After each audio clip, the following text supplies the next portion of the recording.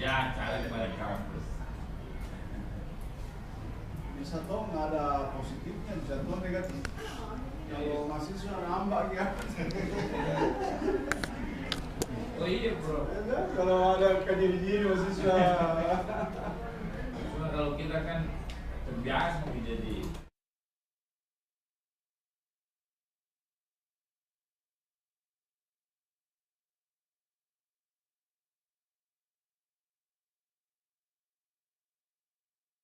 I've seen a lot of change, been through a lot of pain. Some things are not the same as they were a year ago, but all will be okay.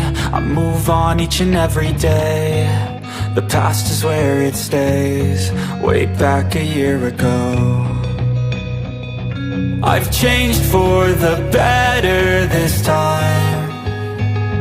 I thought I would never be fine. I strive just to say I'm alright, and for the first time in a long time I'm alright. I've seen a lot of change, been through a lot of pain. Some things are not the same as they were a year ago, but all will be okay. I move on each and every day.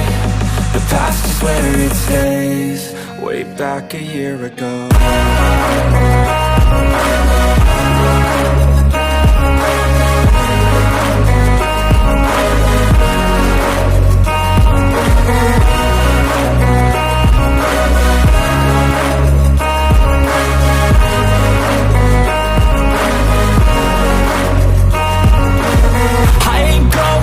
I'm not falling, I'll push all my chips and call all in. I'll bet on myself, you keep stalling. I hear destiny and it's calling. I'll keep my head up high through the downs and lows, and we're all going life. Still nobody knows, but I'ma choose what's right and take what comes and goes. And ain't no one in life holding me back no more.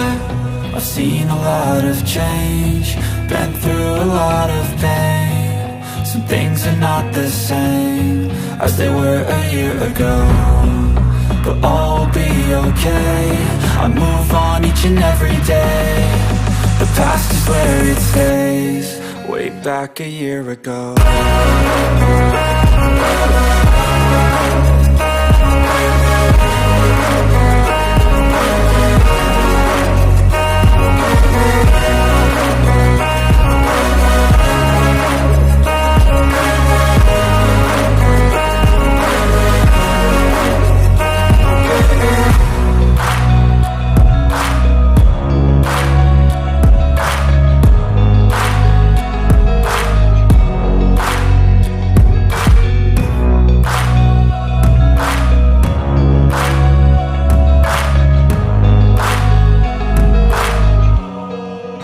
Back a year ago.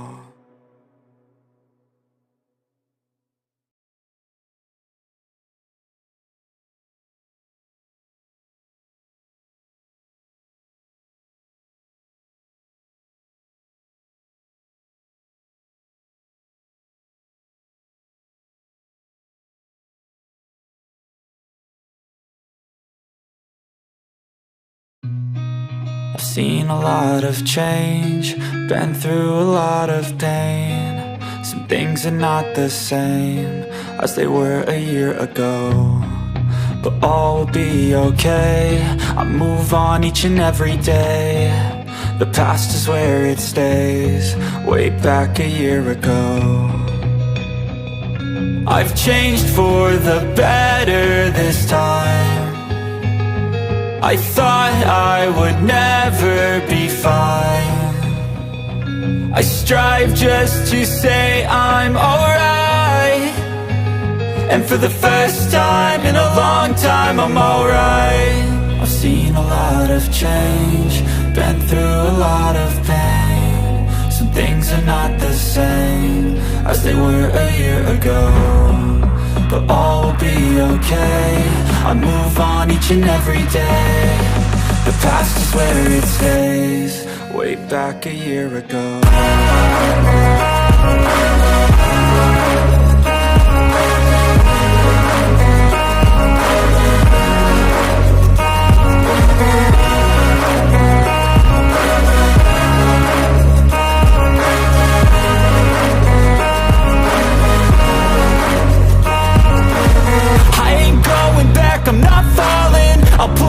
my chips and call all in. I'll bet on myself, you keep stalling. I hear destiny and it's calling. I'll keep my head up high through the downs and lows, and we're all going life. Still nobody knows, but I'ma choose what's right and take what comes and goes. And ain't no one in life holding me back no more. I've seen a lot of change, been through a lot of pain. Some things are not the same as they were a year ago, but all will be okay. I move on each and every day. The past is where it stays. Way back a year ago.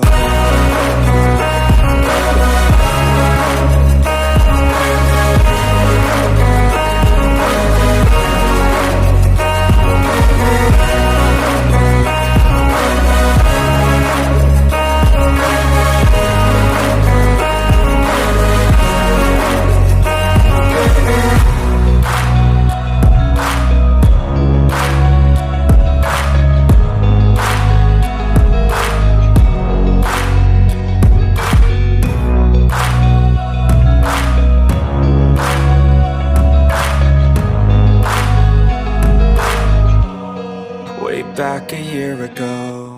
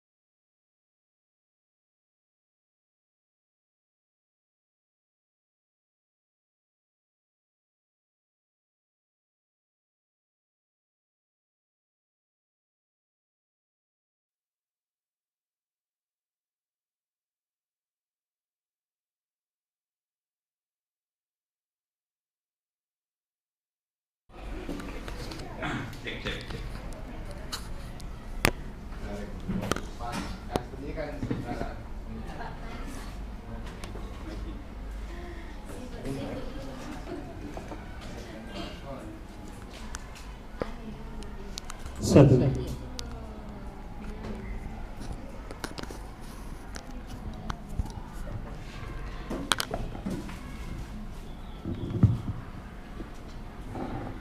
Cek.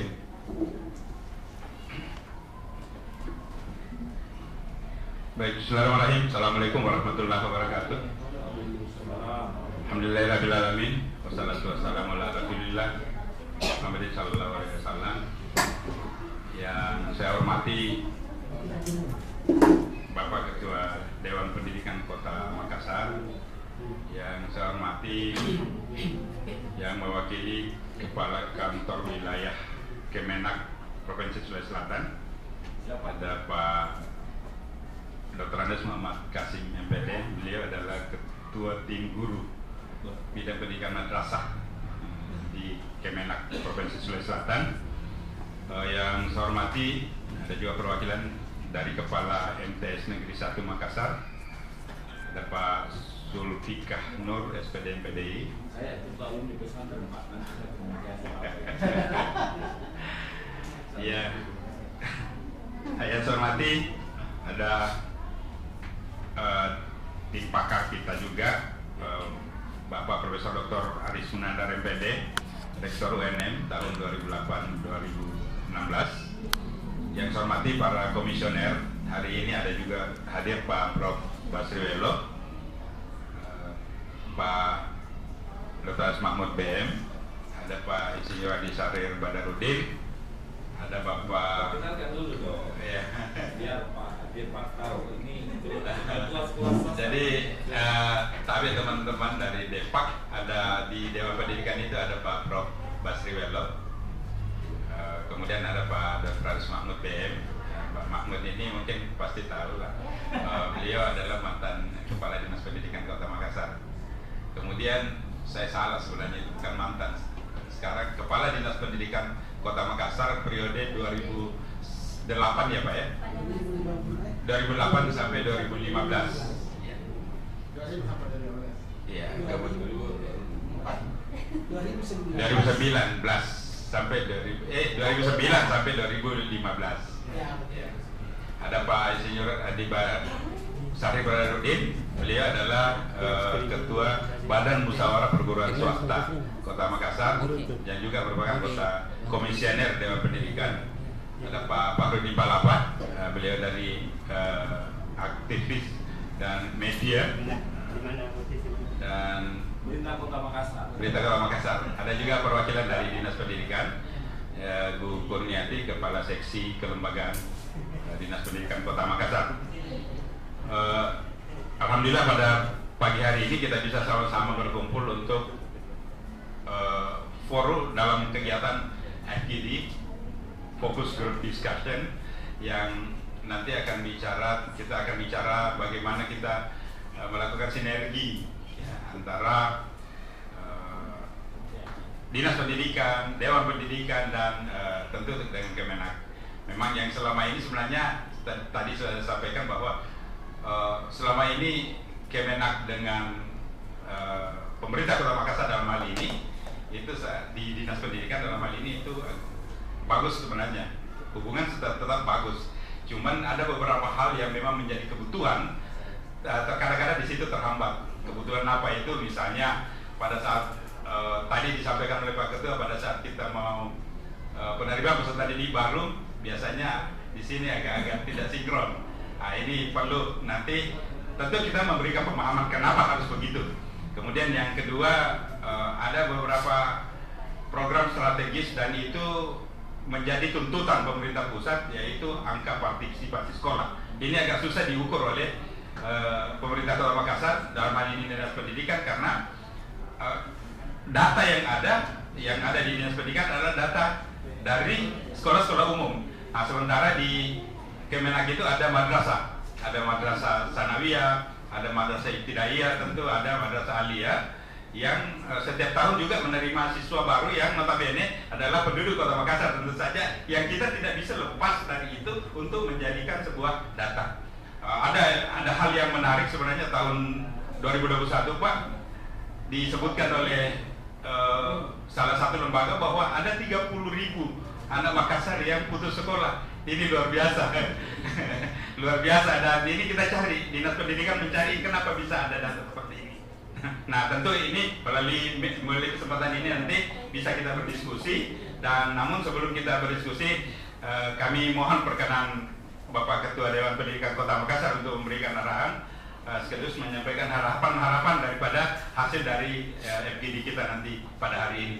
Dengan hormat saya persilakan.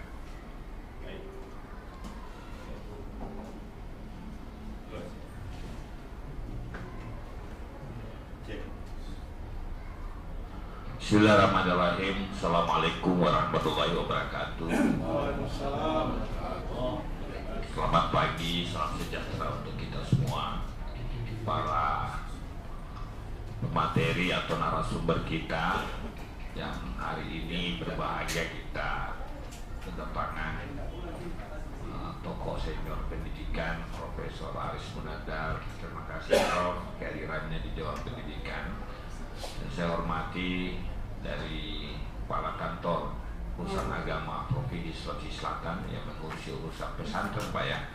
Saya kebetulan baru terpilih ketua alumni pesantren UPI sama Tagoa. Jadi saya lengkap ketua alumni SMA, ketua alumni Unhas Kota Makassar, sekarang ketua alumni pesantren UPI SMP-nya, Pak. Terlalu banyak jabatan, Prof. Saya hormati Kepala Sekolah Inti Sanawiyah. Di sini sudah diperkenalkan Komisioner Dewan Pendidikan Prof. Basiwelo, Pak Mahmud, Pak Syahrir, dan dari Dinas Pendidikan, termasuk Pak Sekretaris Dinas Pendidikan. Ini Pak Sekretaris Dinas Pendidikan merangkap Komisioner Dewan Pendidikan. Diskusi kita hari ini adalah tentang sinergi pengelolaan pendidikan lintas sektoral. Ini menarik, Pak. Saya mau menganalogikan bahwa Undang-Undang Pemerintahan Daerah itu mengatur tentang salah satu poin yang diatur dalam forum pimpinan daerah, Forkompinda. Di situ semua instansi masuk dalam jajaran Forkopimda, termasuk di dalamnya kantor urusan agama Kota Makassar. Karena itu mohon dihilangkan aja surat itu. Saya mau mengatakan bahwa mengurus daerah, ya tentu semua pimpinan daerah itu tanggung jawab moral pimpinan daerah untuk semua terlibat. Apakah itu institusi alat negaranya, tentara, polisi, kejaksaan, kemudian pengadilan, lalu kemudian kantor urusan agama, termasuk di dalamnya urusan pendidikan. Dan ini yang penting, Pak, supaya nanti pada saat momen penerimaan siswa baru tidak ada kesan bahwa pemerintah, sekolah swasta maupun Kementerian Agama berebut siswa, Pak. Ini yang perlu ada koordinasinya. Betul apa yang dikatakan oleh Pak Aminuddin Tarawe, sebagai bagian dari Dinas Pendidikan Mengelola Pendidikan di Kota Makassar, menjadi aneh dan lucu kalau jumlah peserta didik di Kota Makassar tidak punya data, Pak. Ternyata tidak punya data karena tidak memperoleh data informasi dari sekolah yang berbasis pesantren atau sanawiyah misalkan.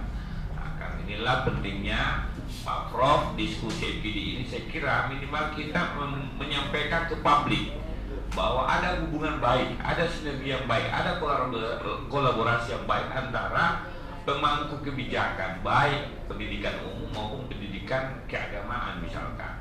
Dan ini yang perlu kita tradisikan, ya, bahwa jangan karena beda kewenangan lalu kemudian tidak ada hubungan koordinasi misalkan. Nah, padahal kita dibayar oleh rakyat melalui pajaknya sama-sama untuk mengelola daerah atau negara ini. Jadi diskusi kita ini kiranya nanti bisa menjadi poin-poin rekomendasi yang kita tujukan mungkin kepada Menteri Agama, yang kita tujukan mungkin kepada Menteri Pendidikan. Nah, dan kita mulai dari Kota Makassar. Di Dewan Pendidikan mencoba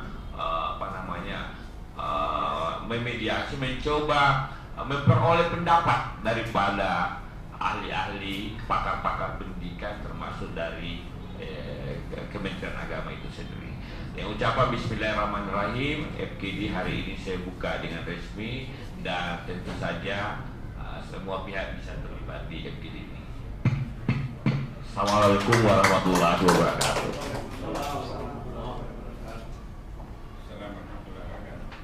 Terima kasih Pak Ketua Dewan Pendidikan Kota Makassar.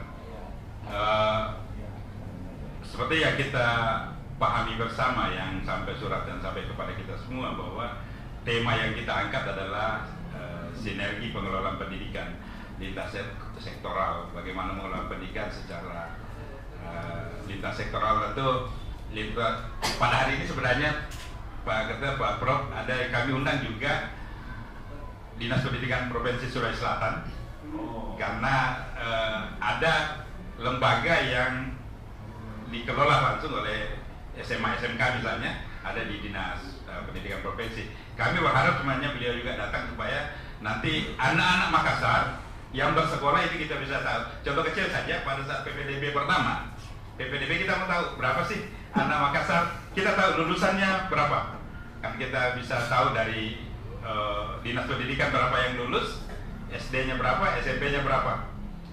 Di MTS pun bisa kita tahu sebenarnya, MTS kita tahu. Begitu pula MI. Tetapi pada saat anak-anak melanjutkan pendidikan ke jenjang yang lebih tinggi, pada saat di level SMA, SMK atau MA, itu putus di situ. Kita tidak tahu berapa banyak sih anak-anak yang terseret. Sementara kita tahu bahwa di Kemenak itu kan banyak juga mengelola lembaga pendidikan selain MI, MTS, MA, juga ada pondok pesantren. Nah, ini yang ada pondok pesantren, dua pondok pesantren mungkin masih berdua ya Pak ya. Ada dua jenis, ada yang modern, ada yang salafiyah. Nah, yang modern ini alhamdulillah kita bisa, saya kira Kemenak bisa pasti paham betul itu, tahu betul berapa anak yang terserap di situ. Kemudian yang mungkin agak-agak kesulitan juga salafiyah, saya tidak tahu karena pondok pesantren salafiyah ini cukup banyak juga di Kota Makassar, mulai dari ula dan ustaznya juga ada. Ya, saya kira ini mungkin nanti ini akan menjadi ukuran-ukuran angka partisipasi sekolah di Kota Makassar yang kita ukur. Kemudian pada saat kita akan mengukur indeks pembangunan manusia Kota Makassar juga akan terpengaruh di situ. Ketika misalnya data anak-anak yang ada di sini yang bersekolah itu tidak kita dapati, ini pasti bermasalah. Nah, kemudian ya, saya live di ikuti diskusi. Silakan. Maaf, ya 10 lagi. Maaf, ada pertanyaan.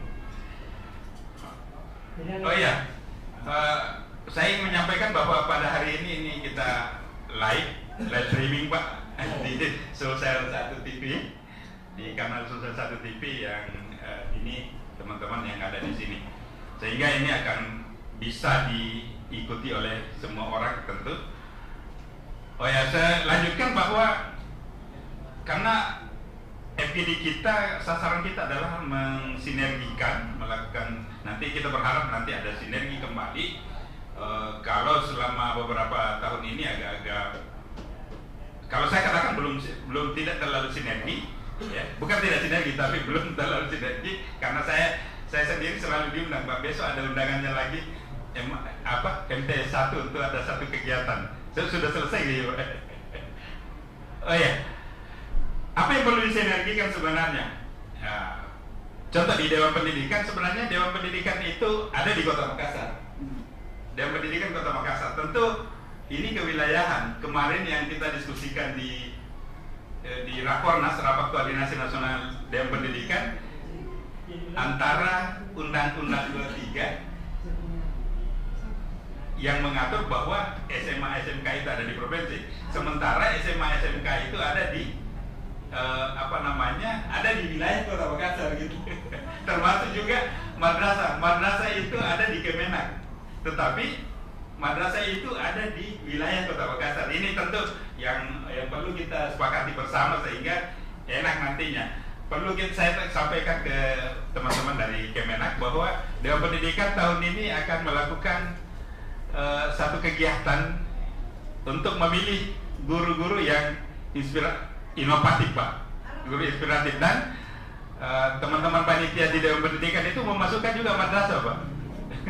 Kami mengundang madrasah supaya kita tahu, mudah-mudahan ada teman-teman, supaya ini juga kita mendorong bahwa madrasah itu juga berada di tentu menjadi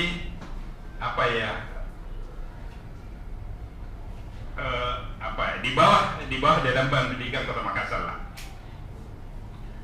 Kemudian beberapa hari yang lalu itu juga saya berdiskusi di kantor, Pak, dengan teman-teman dari Kemenak Kota, itu tentang guru agama yang ditempatkan di pemerintah daerah. Ini ada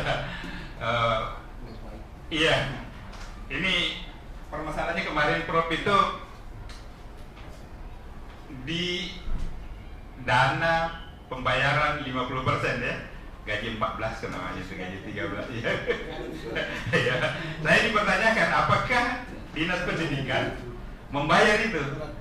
Jadi kalau jawaban saya waktu itu bahwa yang kita bayar adalah yang berdasarkan SK Salur dari Kementerian Pendidikan. Kebetulan sekali teman-teman guru agama yang ditempatkan di pemerintah daerah itu dibayarkan oleh Kemenak selama ini sertifikasinya, sehingga sertifikasi yang tambah 50% itu pakai surat Pak.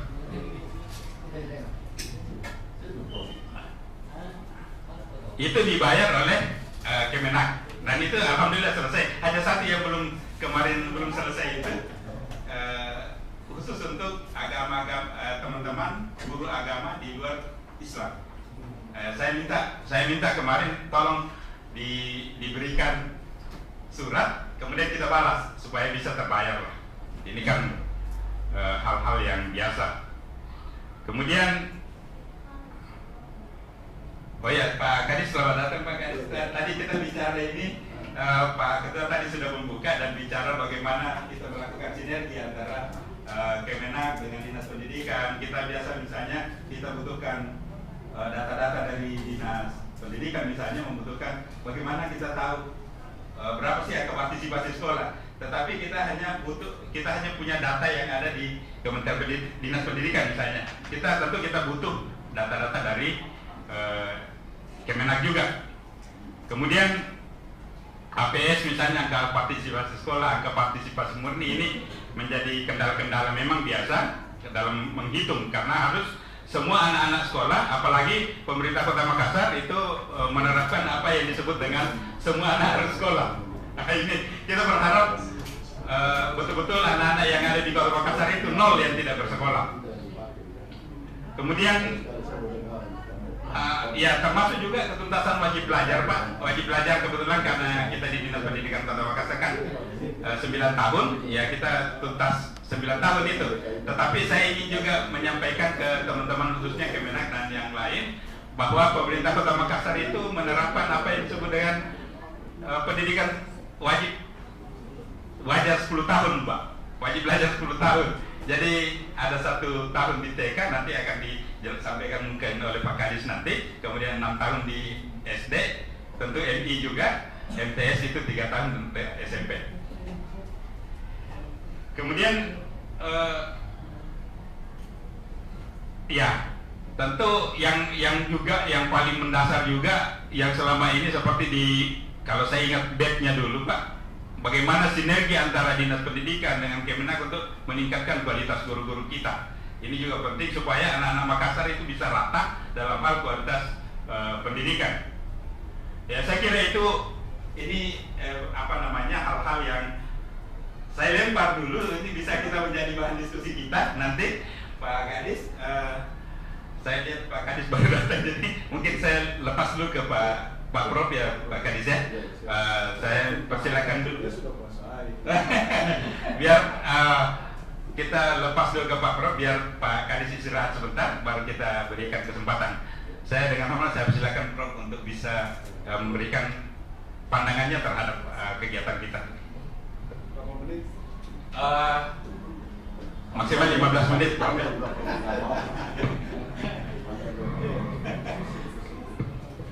Baik, makasih Pak Moderator, yang saya hormati Pak Kadis Pendidikan Kota Makassar, Ketua, Sekretaris dan seluruh komisioner Dewan Pendidikan Kota Makassar, para undangan sekalian, dan tentu pemirsa televisi yang ikut menyimak dan menonton acara kita ini.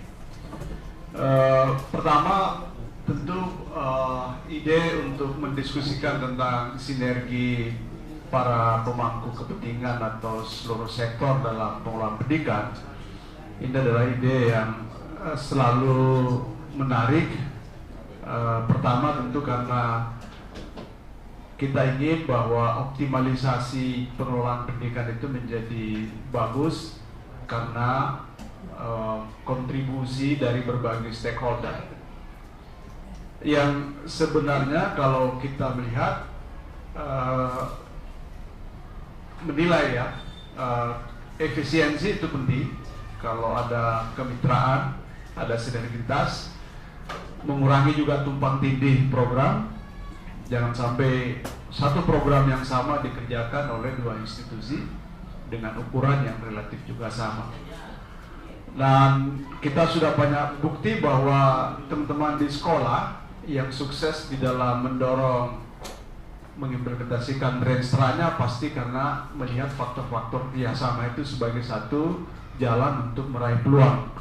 Dan itu terjadi di beberapa sekolah, saya kira, terutama dalam kaitan dengan bagaimana mengoptimalkan lingkungan sebagai satu bagian dari cara untuk menyelesaikan persoalan. Maka dalam teori pembangunan itu kita sudah mengenal konsep pentahelix. Ya, pentahelix di mana seluruh institusi, paling tidak 5 institusi itu, pertama pemerintah. Nah, pemerintah ini banyak macamnya. Bisa pusat, bisa provinsi, bisa kementerian A, kementerian B, bisa dinas A, B, C, D. Itu banyak sekali, bisa polisi, bisa tentara. Yang kedua adalah akademisi. Nah, saya ingat sekali Prof. Basri dulu waktu masih wakil rektor 4 ya, dan ketua Dewan Pendidikan waktu itu.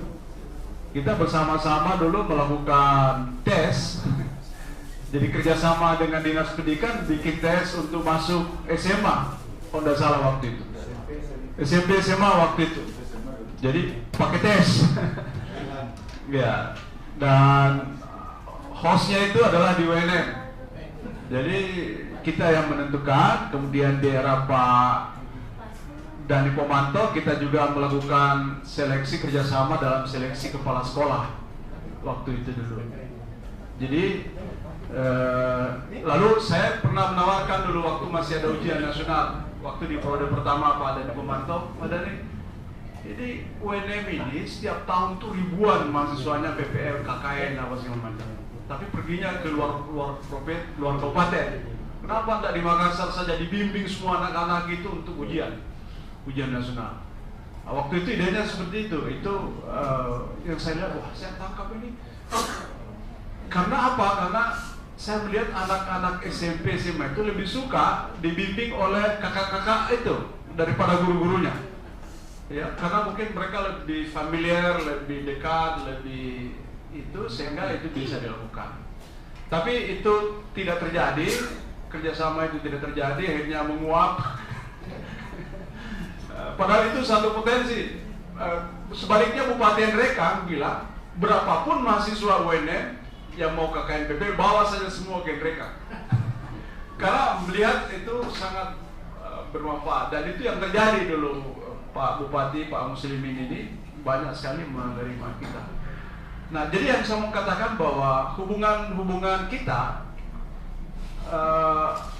saya selesaikan dulu Pentaheris. Yang kedua itu adalah akademisi, ketiga dunia usaha, dunia industri, 4 masyarakat, dan yang kelima media massa. Nah, kita juga pernah berhubungan, bermitra media massa itu dengan dengan sangat baik. Saya masih ingat, ini mungkin Dinda Fahrudin juga waktu itu ngurus itu. Ada Fajar Pendidikan ya. Fajar Pendidikan itu sangat baik sekali, apalagi dulu sebelum itu di era Orde Baru ada Mimbar Karya. Wah, Mimbar Karya itu tidak ada berita selain pendidikan, tapi berita positif, itu yang saya maksud. Fajar Pendidikan itu pasti berita positif. Sehingga apa yang kita dengarkan dari dunia pendidikan ini hal-hal yang baik. Beda sekarang, kalau bukan kekerasan seksual, perundungan, sehingga Menteri katakan ada 3 dosa besar pendidikan kita. Itu kata Prof. Basri itu yang jeleknya saja, itu yang tidak pernah dibilang apa faedah besar. 3 dosa besar, perundungan, kekerasan, dan intoleransi. Saya seolah ini pendidikan kita kayak mural sekali. Nah, itu karena faktor-faktor disclosure atau pengungkapan ke publiknya itu selalu menurut berita-berita yang negatif kalah sama berita positif. Nah, kalau kita ada kerjasama dengan media dan tentu saja dunia pendidikan, sekolah terutama, ini akan memberi itu. Nah, yang saya mau katakan adalah, nah ini yang terjadi. Kita terjadi pasang surut, ya. Jadi kemitraan itu, sinergi itu ada kalanya bagus, ada kalanya tidak bagus. Jadi belum konsisten. Ya, jadi naik turun tergantung pada kebijakan-kebijakan pemerintah, terutama pada orang nomor 1 ini di Pemkot. Nah, kita mau agar itu juga bisa menjadi satu kebijakan baru. Nah, saya ingin memberi contoh, ada problem-problem. Misalnya, ini karena Pentaheris itu tidak masuk keluarga, tapi kalau pendidikan kita harus masukkan faktor keluarga itu sebagai institusi penting. Ya, karena di situ ada tri pusat pendidikan formal, non formal, dan informal. Tapi sampai saat ini kita belum punya model kemitraan antara keluarga dan sekolah. Itu yang belum.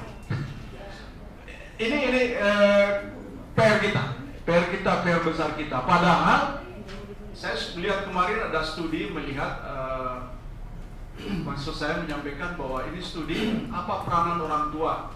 Ternyata bahwa studi itu menunjukkan peranan orang tua terhadap anak itu hanya satu, mendampingi PR saja, mengerjakan PR. tidak pada pendidikan akhlak, pendidikan karakter, apalagi hal-hal yang lain. Padahal kita mengatakan, kita memahami bahwa keluarga itu adalah pusat pendidikan pertama dan utama. Tapi fungsi-fungsi itu tidak jelas. Sehingga pada suatu waktu ada mahasiswa saya, Pak Sarir itu, istrinya Pak Dr. Kayin, Ibu Dr. Irma itu bikin disertasi bagaimana kemitraan sekolah dan keluarga dalam pendidikan spiritual anak. Sampai dibikin alat ukurnya. Orang tua harus mengisi itu dan secara konsisten harus melakukan tiap hari. Nah, kita ini belum sampai ke situ, sehingga rasa-rasanya kita bisa mengatakan bahwa hubungan-hubungan ini itu belum begitu tertata dengan baik. Apa peranan-peranan yang harus dimainkan? Suatu saat mungkin kalau ada waktu kita berdiskusi lebih lanjut, Ibu Irma itu bisa kita jadikan juga narasumber untuk bagaimana, karena dia mempraktekkan sendiri di sekolahnya. Dia punya sekolah Ibnu Sina di Jalan Cumi ini. Bagaimana dia bisa mencoba, sehingga tugas guru itu, kasihan guru agama terutama, yang tidak 100% yang bertanggung jawab untuk pendidikan karakter. Karena di luar itu ada orang tua juga yang bertugas, dan mereka membuat fakta integritas. Orang tua itu bikin fakta integritas, kesanggupan untuk melakukan tugas-tugas ini. Nah, ini satu contoh. Nah, kita berangkat ke contoh yang lain. Dulu kita pernah diskusikan Pak Kadis di Balitbang ini ceritanya. Kita bicara tentang 18 revolusi pendidikan. Ya. Di 18 revolusi pendidikan itu banyak program-program yang ternyata itu mengaitkan dengan dinas-dinas terkait. Contoh misalnya sekolah adiwiyata.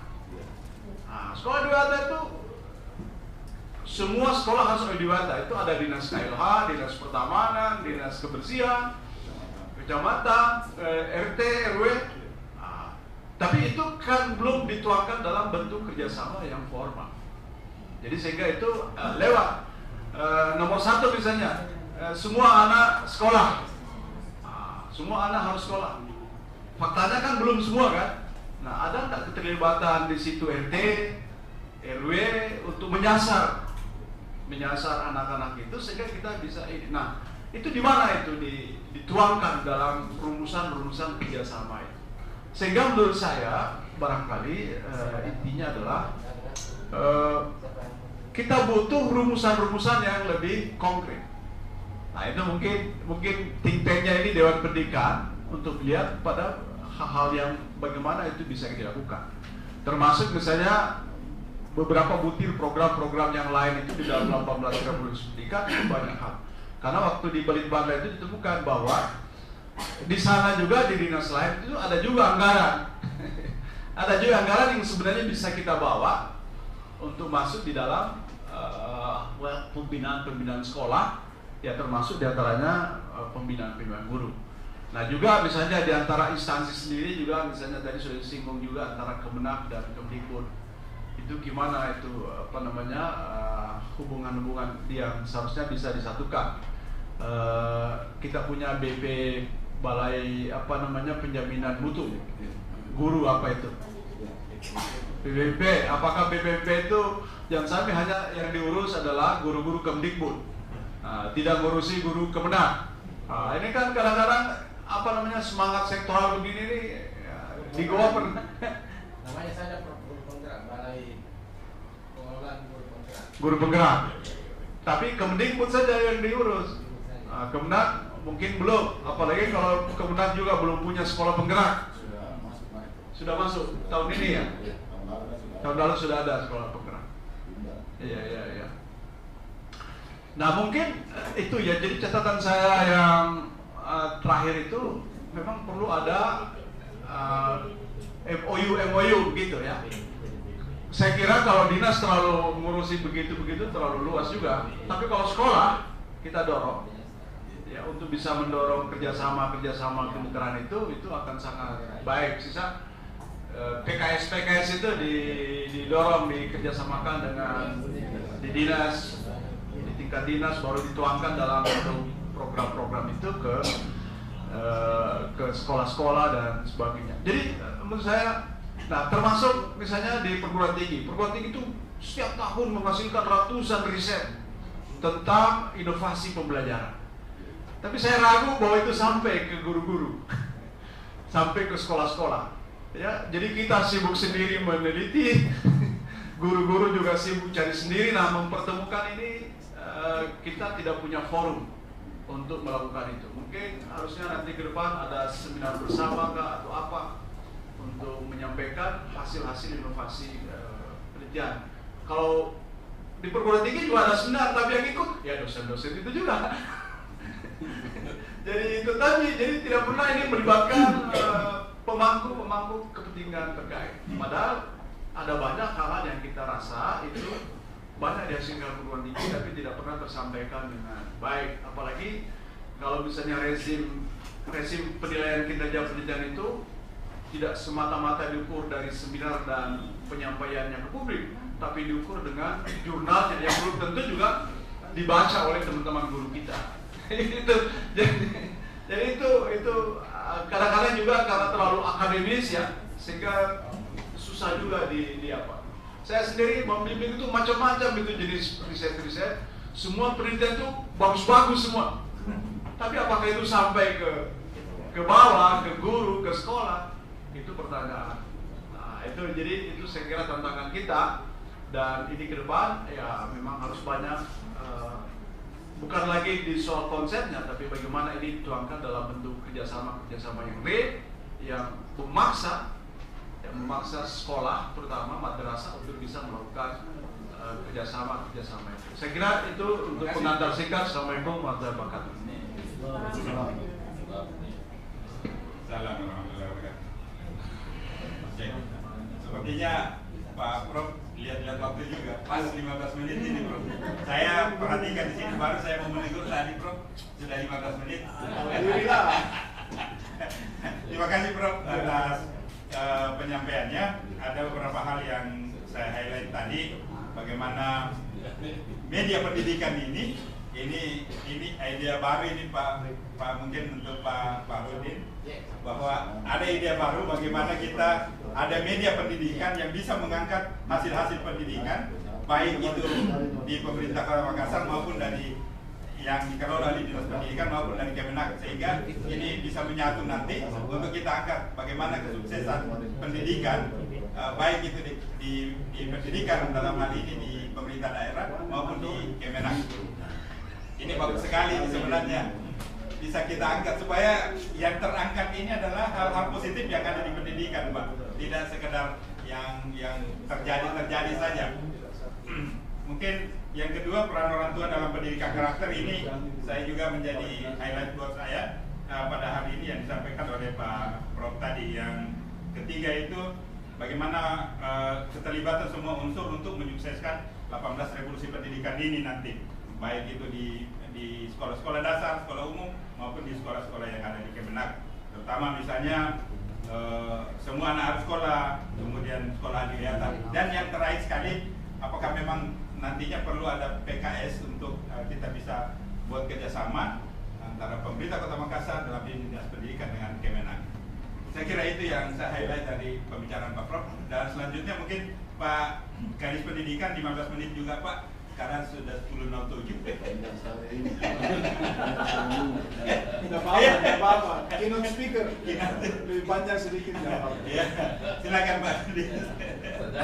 Nanti tinggal kopi-kopi saja, Pak. Ya, tidak apa-apa. Yang penting kita memahami semua.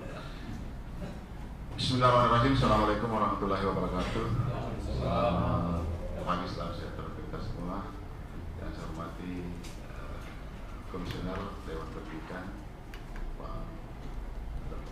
Pak Serwela, ada Pak Komisioner, yang terkhusus ini dua ini dari Kemenak. Memang mitra kami sebenarnya sudah jalan, cuma ini bagus komunikasi, nanti saya jelaskan. Ya. Jadi terkait dengan sinergi ini kami memang selalu impikan. Bahkan kami ini adalah provinsi yang kami harapkan. Saya sudah beberapa kali saya sampaikan, bahkan saya kasih tahu Pak Ketua Dewan Provinsi, bisa nggak kalau memang FGD di kantorku jika sudah saya melakukan. Karena daerah kalau saya mengundang, apa sih kapasitasnya? Ya kan? perlu memang kita ada FGD kita dialog. Oleh karena itu, alhamdulillah apa yang disampaikan tadi oleh Pak Prof sebenarnya itu langkah. Itu kemarin waktu di 18 Revolusi Pendidikan, makanya saya agak bantah sedikit. Kalau memang saya harus akui juga bahwa kalau sebelum kami jadi Kadis Pendidikan tentu memang belum bisa diukur, karena bahkan itu kepala sekolah satuan pendidikan belum paham tentang apa sebenarnya. Selalu dia mencari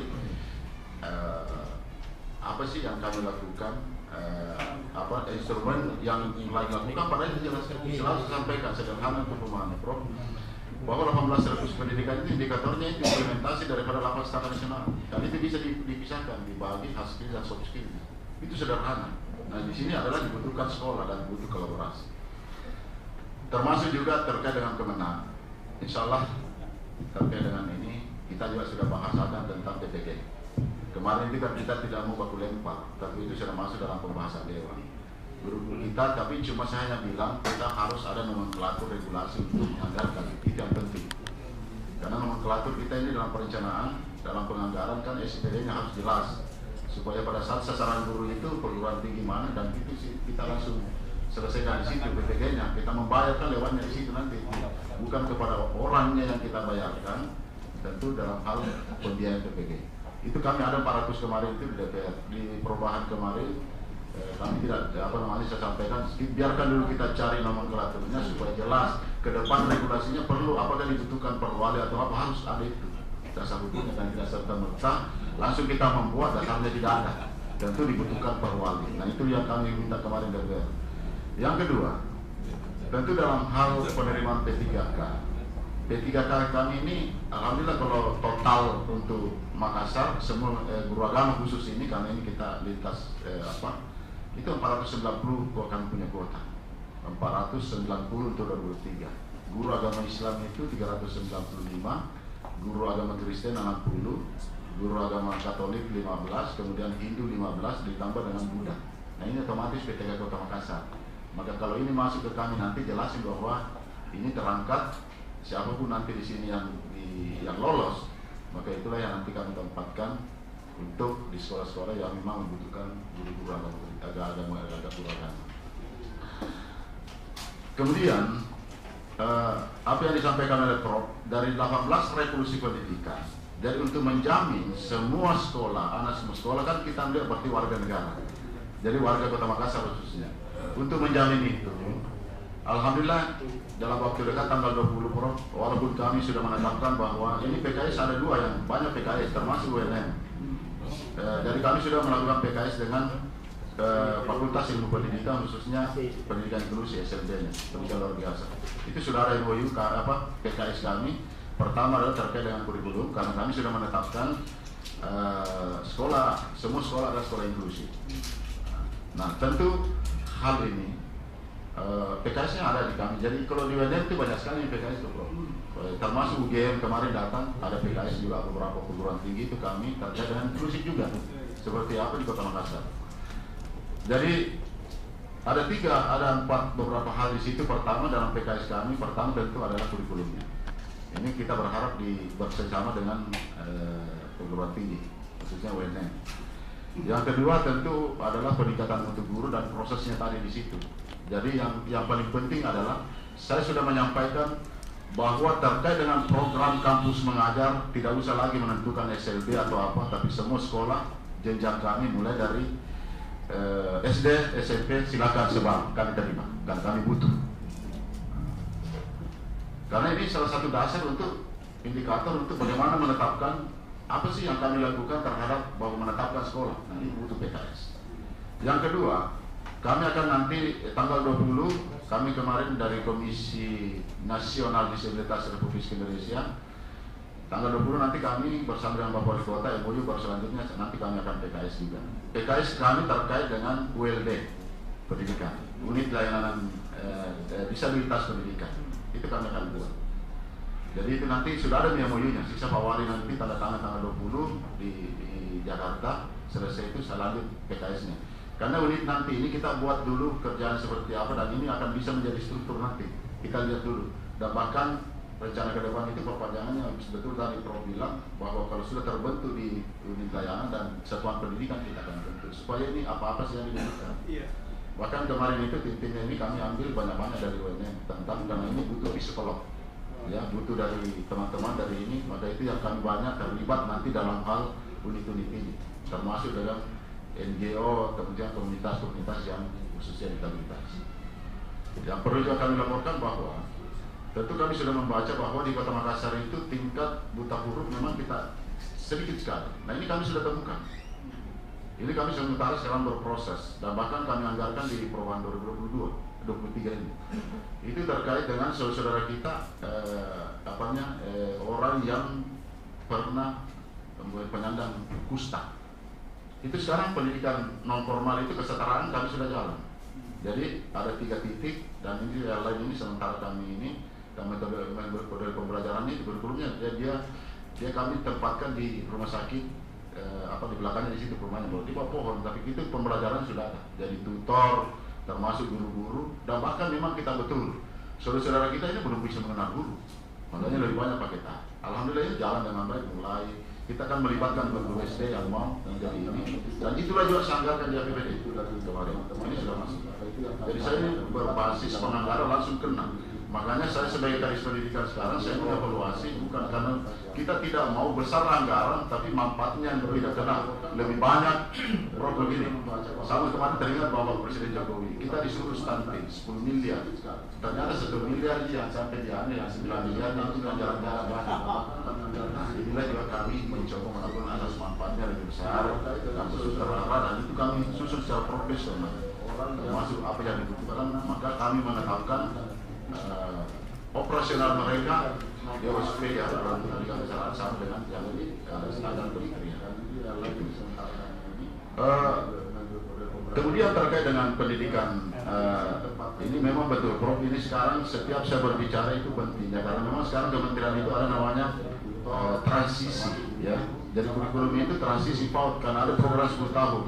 Jadi di sini itu yang selalu saya sampaikan bahwa kita di Kota Makassar ini pelibatan jadi warga sekolah istilahnya. Jadi menyusun kurikulum itu memang ada yang disusun nanti bersama dengan orang tua, ya, termasuk juga yang dimaksud dari Prof, kita bentuk teman-teman dari akademi susun sama-sama. Jadi memang ini kolaborasi dalam hal penyusunan, utamanya pendidikan karakter, pendidikan akhlak, dan memang target kami di program 10 tahun itu Prof. Artinya bagaimana anak nanti ini etika moralnya, pendidikan akhlaknya begitu lepas dan jadi dapat kayak kalau di SMA berat sekarang Pak. Pembentukan karakter di SMA berat, maka disinilah program 10 tahun kami fokus dan itu kami bisa ukur semua. Maka ukuran-ukuran itu termasuk juga sekarang apa sih yang dinas pendidikan lakukan terhadap indikator, apa yang Anda lakukan terhadap semua sekolah bebas nafsa. Ya, kami bersama sekarang dengan BNN, kerjasama dengan BNN provinsi, termasuk kepolisian dari khususnya di Dir Narkoba dan sebagainya, Kesbangpol itu kan melakukan. Jadi kami melakukan, jadi ada sekolah bersinar dan itu bisa ukur. Kita bisa ukur, ini kolaborasi, kerjasama. Nah, terkait dengan perencanaan, Kemenak itu nanti kemarin alhamdulillah kita bersyukur bahwa dalam hal penyusunan peraturan tentang PPDB itu alhamdulillah Makassar itu yang dijadikan rujukan karena saya pikir mulai dari asas perencanaannya sampai ini. Kan kalau daerah itu selalu melihat tidak pernah berbasis data, bahkan kemarin daerah itu yang saya sampaikan seperti ini. Banyak selalu melakukan bukan persoalan sistem, itulah gunanya perencanaan. Perencanaan itu tentu berbasis data. Nah tentunya ada keterlibatan berbagai pihak karena di sana di situ memang selalu dia menganggap dia tidak melibatkan orang banyak.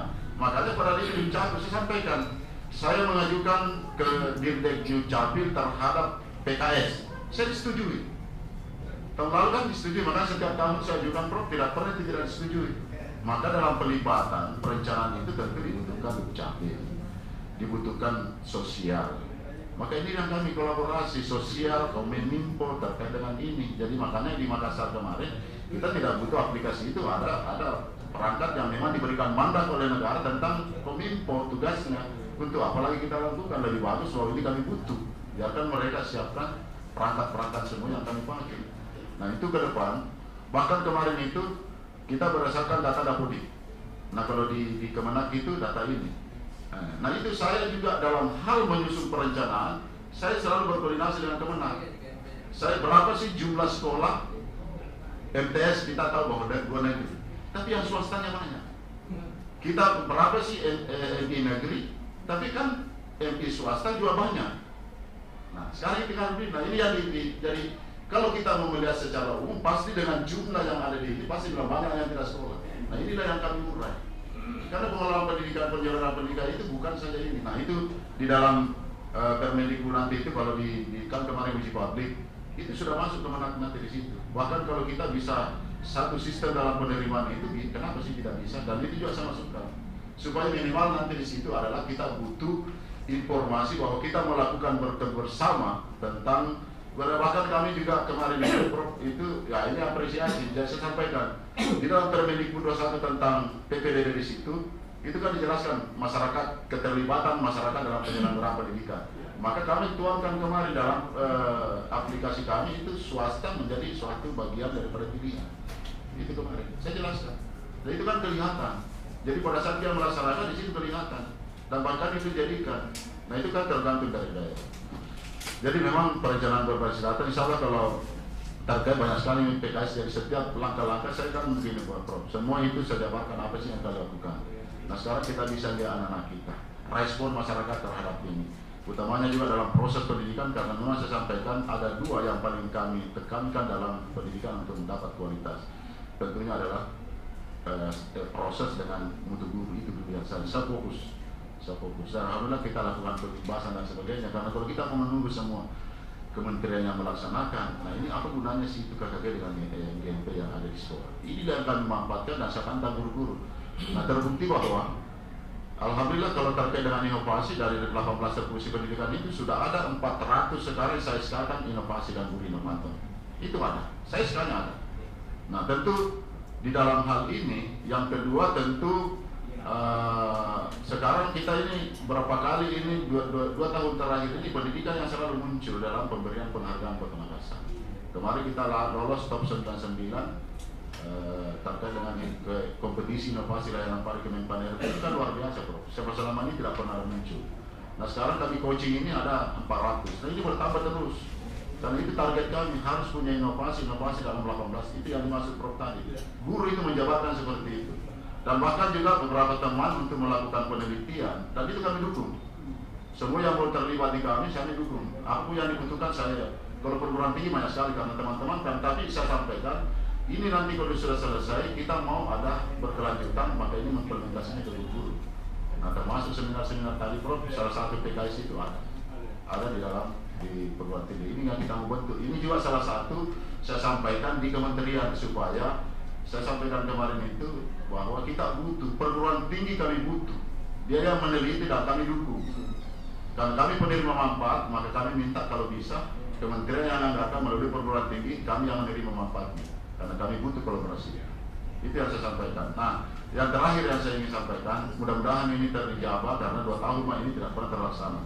Saya sampaikan Pak Dr. Suricula, apa sih kita duduk bersama Kemenag dengan apa dan semua lintas sektor seperti ini. Sebenarnya provinsi ini supaya kita satu.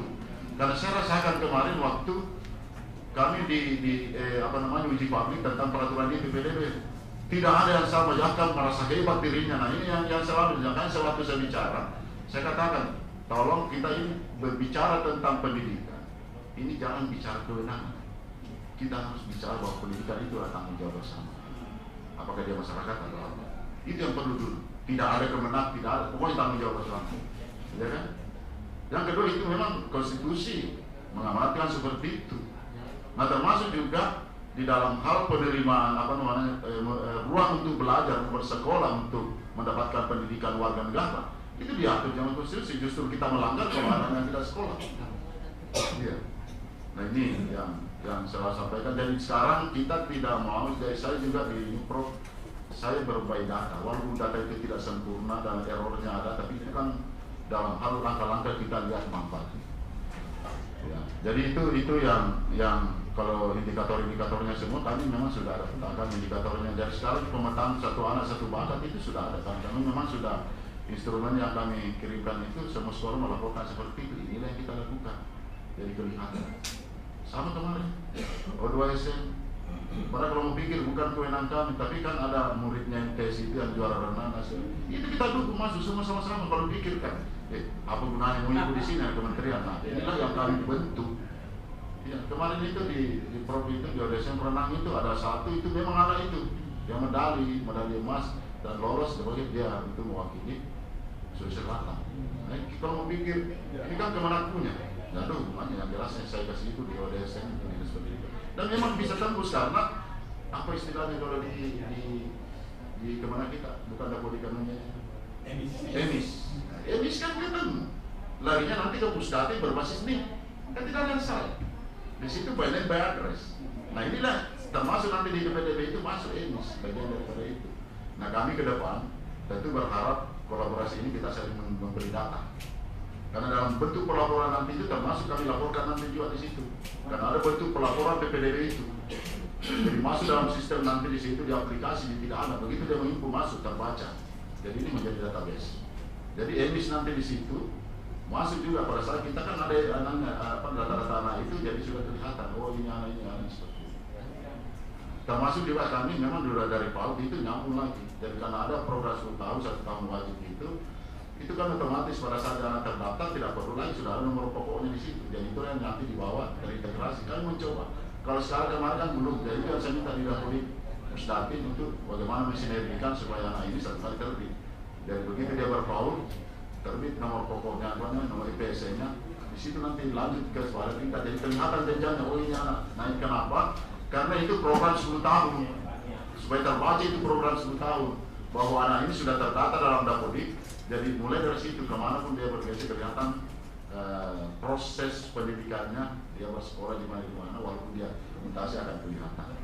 Itu barangkali dari kami untuk gambaran sementara. Ya pasti bahwa tentu kalau istilahnya kemana kita harus, artinya kata kuncinya adalah harus kita membangun memang koordinasi. Disitulah lemahnya kita. Kurangnya koordinasi itu sebenarnya kata kuncinya. Jadi kalau banyak kolaborasi berarti bagus koordinasi kan di situ. Saya berikan ruang sekarang siapapun termasuk dalam hal penuntasan anak yang putus sekolah dan pengembalian ke sekolah. Alhamdulillah kemarin kan tahun lalu kami kembalikan 400 anak. Itu berarti kan tidak boleh. Nah, kenapa saya perlu sampaikan kepada kemana kami butuh data itu juga nanti di emis. Karena kelihatan itu Pak. Di emis itu kelihatan kan mungkin ada sebenarnya kemarin terputus. Nah inilah yang kami intervensi karena ada kami namanya pendidikan kesetaraan. Ya mungkin kami bisa masukkan di situ. Ya masukkan supaya anak ini kelihatan semua. Kami butuh data itu. Nah, kalau ini data-data ini kalau kami di khusus di Kota Makassar ya ada. Kami intervensi sekarang sementara berproses kami cari 4 kurang lebih 4.000 anak ya. Itu mulai dari jenjang yang putus di SD, putus di SMP, putus di SMA. Nah tentu ini kenapa? Karena kalau ini terjadi salah satu indikator untuk bagaimana indeks pembangunan manusia. Kalau terkait dengan APM angka partisipasi murid termasuk SPN, alhamdulillah kita menjadi 100% di Kota Makassar. Ya, standar pelayanan minimal Kementerian kemarin sudah datang kita sudah mencapai 100%. Bahkan kalau sumbangsi tentang pendidikan dari semua sektor itu penilaian itu dari pendidikan yang sangat tinggi. Ya. Nah inilah kita mau kolaborasi, tentu kita harus banyak berdiskusi tentang ini. Bahkan sebenarnya itu FGD kalau bisa setiap ada perlu di FGD kan solusi apapun ada isu. Setiap isu itu kita itu FGD kan, baru kita bahas karena yang kita mau cari adalah solusi. Makanya kemarin itu Pak trending itu jalur solusi di pusat. Karena Makassar itu dia bilang Pak, Makassar ini luar biasa ada 3 jalur, saya betul. Jalur sonasi, jalur non sonasi, kemudian jalur solusi. Nah ternyata kemarin waktu saya jabarkan itu daerah kita melihat itu dijabarkan kan tidak disebut dalam jalur solusi, tetapi dijabarkan dalam Permendikbud itu di dalam waktu uji publik saya jelaskan teman-teman apa sih yang jalur solusi. Jadi jangan kita selalu bicara tentang juknis itu ada, tetapi kan ada di akhir nanti itu di proses ada namanya jalur berikan ruang. Jadi bukan menambah bukan apa, tapi kapasitas itu memang ada. Kita kan perencanaannya berapa kelas sudah tahu sekian mau diterima. Kan itu dia mau diisi yang sesuai perencanaan. Makanya perencanaannya harus jelas dan tepat. Jadi kalau salah dalam perencanaan, termasuk ini sekadar ini, selalu kamu menyalahkan sistem. Jadi saya bilang tidak, jangan menyalahkan sistem, itulah gunanya evaluasi. Makanya di situ dalam PDU ada evaluasi setiap tahun. Apa sih yang jadi ini, baru itu menjadi evaluasi. Kenapa? Kenapa bukan tidak bisa disalahkan masyarakat? Karena sistem yang Anda buat tidak pernah ada evaluasi, maka masyarakat mau sekolah di sana lebih baik numpang-numpang, karena tidak ada ketegasan. Kalau kami Makassar enggak. Dan ada perencanaan awal kita undang semua, itu minta semua sekolah mengundang yang mau tamat umpamanya kelas 6, kelas 9. Yang mau tamat undang orang tua semua bawa anunya, bawa betul kan tidak ada masalah sebenarnya itu. Kalau kan biasanya begini Pak, itu 1 tahun itu kakak yang kita pedomani itu tidak serta-merta bisa saja 6 bulan, karena begini, setiap ada pertambahan keluarga di situ, yang penting di situ tidak ada yang pindah. Nah, itu yang perlu menjadi catatan juga kita. Jangan di sistem itu ada yang perlu menjadi kebijakan. Contoh, ada kebetulan bertambah keluarga, pasti kan berubah itu kakak. Kalau kita menambah pasti berubah nomornya tahun penerbitannya. Kan ada satu keluarga yang bertambah. Nah, kalau kita berdoa kecuali kalau itu yang tertentu tidak ada hubungan ininya baru tidak. Nah, kenapa ini yang saya bilang? Karena kita tidak pernah evaluasi. Maka masyarakat dia mau mendapatkan sekolah yang dituju, maka dia perlu dipalsukan dokumen, bekerja sama dengan Dukcapil. Nah, kalau kita duduk bersama, jadi dalam itu nanti sudah ada kelihatan. Saya munculkan semua siapa-siapa yang terlibat, termasuk Kemenak. Ya, Kemenak di situ supaya ini kita, kenapa muncul ini, supaya kita ini ada menjalankan peraturan itu, berarti harus ada koordinasi.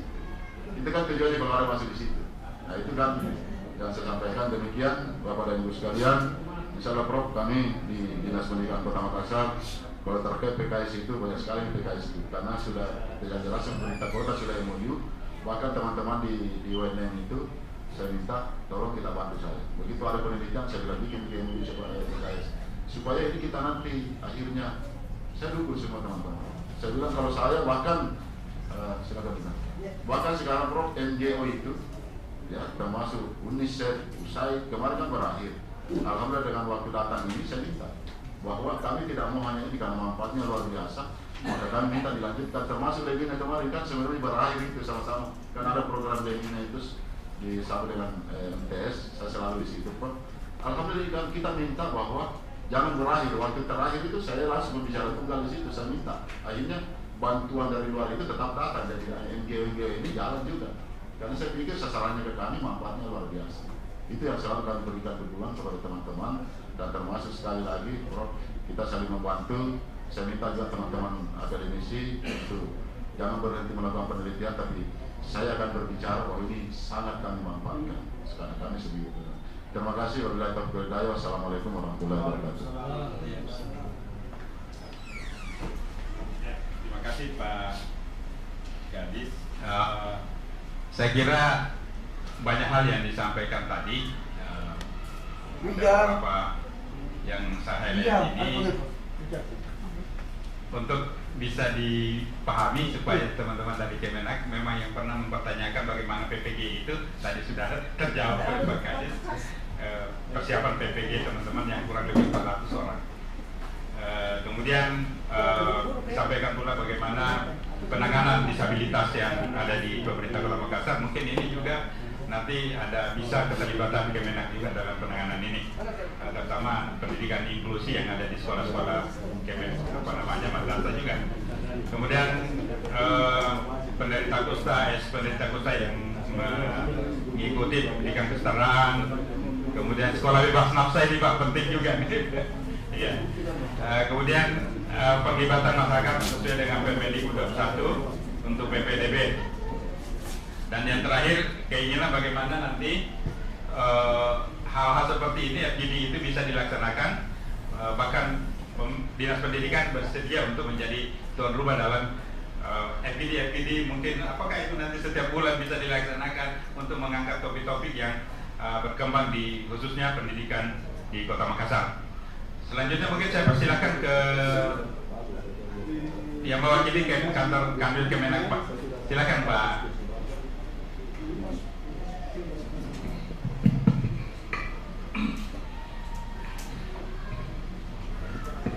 Assalamualaikum warahmatullahi wabarakatuh. Alhamdulillah, syukurillah, wassalatu wassalamu ala rasulillah Sayyidina Muhammadin wa ala alihi wa sahbihi ajma'in, amma ba'd. Bapak para komisioner Dewan Pendidikan Kota Makassar yang saya hormati,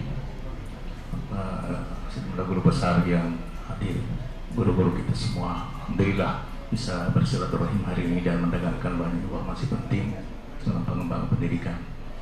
Bapak Kadis Pendidikan Kota Makassar beserta seluruh jajaran sempat hadir, alhamdulillah, di media dan seluruh peserta FGD yang saya muliakan, saya banggakan, termasuk para pemirsa yang melalui channel Sulsel 1. Alhamdulillah bahwa hari ini kita bisa bertemu dalam satu forum FGD ini luar biasa menurut saya, sebuah upaya untuk mempertemukan pandangan dan yang mungkin dirasa selama ini kurang terbangun bagus. Tadi sudah diakui bahwa akarnya sebenarnya kurang koordinasi, sehingga kita tidak bisa banyak berkolaborasi dan melakukan hal-hal yang terbaik untuk pendidikan kita. Ini juga memang perlu ditindaklanjuti ke jajaran pimpin dan pengambil kebijakan, sehingga ini tidak hanya sampai di sini. Apalagi kami mewakili ini, Pak. Saya mau pimpinan betul-betul tahu persoalan dasarnya dan bisa mengambil langkah-langkah dalam rangka penguatan kerjasama ini ke depan. Satu tangan juga memang karena Kementerian Agama adalah vertikal. Ya, sampai hari ini kondisi itu tetap terbangun sehingga jaringan komunikasi dan pengambilan kebijakan banyak dari pusat. Beda dengan dinas pendidikan, Pak, di otonomi daerah. Ya, ini juga perbedaan yang kadang-kadang susah, Pak. Ya, karena kita vertikal dari Menteri Agama turun ke Dirjen, turun ke Direktorat. Ya, itu yang sampai ke bawah. Sehingga kadang-kadang kalau alurnya sudah seperti itu susah kita nengok kiri kanan karena alurnya vertikal. Ya, sama persoalan PPDB juknisnya dari direktorat, Pak, jadi susah juga. Sudah ada tanggal-tanggal di situ, jadi tinggal dipedomani oleh teman-teman di madrasah untuk jalan, bukan kewenangan di Kanwil. Jadi kadang-kadang juga susah persoalan kebijakan dari atas karena vertikalnya itu tadi. Itu juga saya kira penting untuk menjadi informasi awal. Yang kedua terkait dengan pengelolaan pendidikan yang ada di lingkungan Kementerian Agama. Ini juga masih banyak masyarakat kita tidak tahu betul seperti apa gambaran pendidikan dikelola oleh Kementerian Agama. Kami di Kanwil, Pak, ada 3 bidang mengelola pendidikan. Ya, pertama bidang pendidikan madrasah, mulai RA, MI, NTS, MA itu di pendidikan madrasah. Yang kedua bidang pendidikan agama Islam, bidang PAIS yang kerjasama Kedikbud, Pak. Ya, ini bidang PAIS, pendidikan agama Islam khusus untuk pemberdayaan guru-guru agama di sekolah. Yang ketiga bidang pendidikan diniyah dan pondok pesantren. Nah, ini yang kadang-kadang kacau dipahami masyarakat. Pendidikan diniyah dan pondok pesantren. Ya, di dalamnya banyak lembaga pendidikan, Pak. Ada yang formal, ada non formal di sini. Ya, diniyah itu ada diniyah formal, ada diniyah non formal. Ya, diniyah formal, ula, usta, ulia sampai mahat ali. Ya, ada pendidikan tingginya, Pak. Jadi ini juga penting diketahui bahwa ada pendidikan tinggi Islam di bawah naungan pendidikan diniyah dan pondok pesantren. Ya, seperti yang di Mangkoso itu Mahat Ali, bidang usul fikih ada di Wajo, ya, bidang tafsir. Ya, itu memang keahlian khusus di bidang agama. Ya, calon kiai, Pak, ada di situ. Ya, dia buka perguruan tinggi yang namanya Mahat Ali. Di bawah binaan Direktorat Pendidikan Diniyah dan Pondok Pesantren. Kita hanya mediasi saja di sini untuk membuka peluang membuka lembaga itu. Ya, tapi di bawah binaan direktorat, ya, langsung dari pusat. Itu diniyah formalnya. Kalau diniyah non formal, ada juga pendidikan kesetaraan. Itu yang Salafiyah disebut tadi, Pak, itu pendidikan kesetaraan wajah bikdas yang ada di bidang potret. Ya, dia ada PTS, ula, usta, ulia. Ya, ula, usta, ulia. Ula itu pendidikan dasarnya, usta itu setingkat MTS SMP, ulia setingkat SMA. Ya, kalau formal tadi PDF, pendidikan diniyah formal. Ya, dan itu tidak banyak jumlahnya di Sulawesi Selatan karena persyaratan juga ketat, Pak. Ya, harus pesantren yang sudah teruji puluhan tahun. Tidak bisa pesantren baru karena santri mungkinnya minimal 200, Pak. Ya, itu standar membuka PDF. Jadi tidak boleh sembarangan pesantren buka PDF. Ya, harus teruji dan itu dilakukan verifikasi ketat. Ya, hanya Mangkoso, Asadia dan Biru Bone yang diberi peluang untuk buka PDF. Tidak ada pesantren baru ya. Abal-abal atau yang kecil-kecil itu mau PDF karena memang harus teruji kiainya cukup dan lembaganya sudah teruji mapan. Ya, pendidikan diniyah formal dan itu sampai mahali. Ini betul-betul pendidikan calon kiai. Ya, karena kurikulumnya semua Pak di luar kita di madrasah itu pendidikan kitab kuning. Ya, semua kitab gundul. Mulai dari dasar sampai pendidikan tinggi. Jadi kami pun tidak banyak bisa menjelaskan kitab-kitab yang dipakai di situ. Dan memang pendidikan calon kiai terbatas juga penerimaannya setiap tahun, tidak terlalu banyak. Itu pendidikan kesetaraan dan Dikdas, PPS dulu pernah pakai di pesantren, sekarang di Diknas dalam bentuk PKBM. Ya, paket ABC itu pernah ada di bidang pontren, sekarang sudah tidak ada, tinggal PPS. Ya, PPS pun tidak semua jenjang sekira ada ya rata-rata ustaz dan ulia. Ya, kalau ula mungkin belum karena tidak ada mengambil resiko nyantri di usia SD. Berat sekali buahnya kalau itu mau dikasih pondok. Ya, jadi adanya itu PPS ustaz dan PPS ulia. Ya, karena sudah mulai bisa diurus dan mengurus dirinya ketika dia harus mondok di pondok pesantren. Kemudian ada dinia non formal. Nah ini juga banyak. Ya, ada MDT namanya, Madrasah Diniyah Kamiliyah yang dulu dikenal sekolah Arab. Itu juga ada di bidang pontren Pak. Dinia non formal namanya. Sekolah Arab yang belajar sore, siswa SD, SMP, SMA yang diberi pembelajaran di sore hari. Ya, dinia formal, dinia non formal Pak. Sekolah Arab khusus belajar agama saja, tidak ada pelajaran umum di situ. Ya, dan ijazahnya tidak bisa dipakai lanjut, hanya belajar agama saja Pak. Itu ada sekolah Arab. Ya, ada tingkat ula, ada usta, ada ulia. Jadi kayak apa ya, belajar khusus untuk agama. Namanya pengayaan pendidikan agama. Dari siswa SD, SMP, SMA yang mau belajar agama khusus, itu ada dinia non formal keagamaan Islam yang disebut MDT. Ya, ada MDTA, MDTW dan MDTU. Ini yang kalian susah karena banyak sekali yang pakai nomenklatur. Di situ ada pendidikan Al-Quran. Ya. TTP. Ada lagi lembaga tahfiz di situ juga, pendidikan Al-Quran masuk rumpunnya.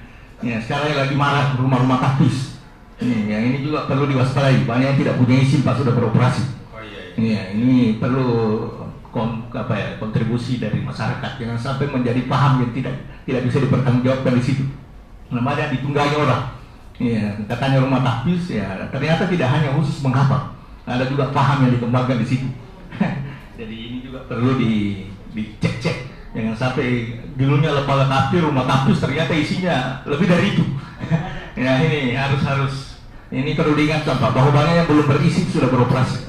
Ya, atas nama rumah tahfiz atau lembaga tahfiz atau apapun temanya di masyarakat. Ya, karena katanya bagus lembaga pendidikan, prinsipnya bagus kalau dia memang betul-betul mau meningkatkan kemampuan hafalan.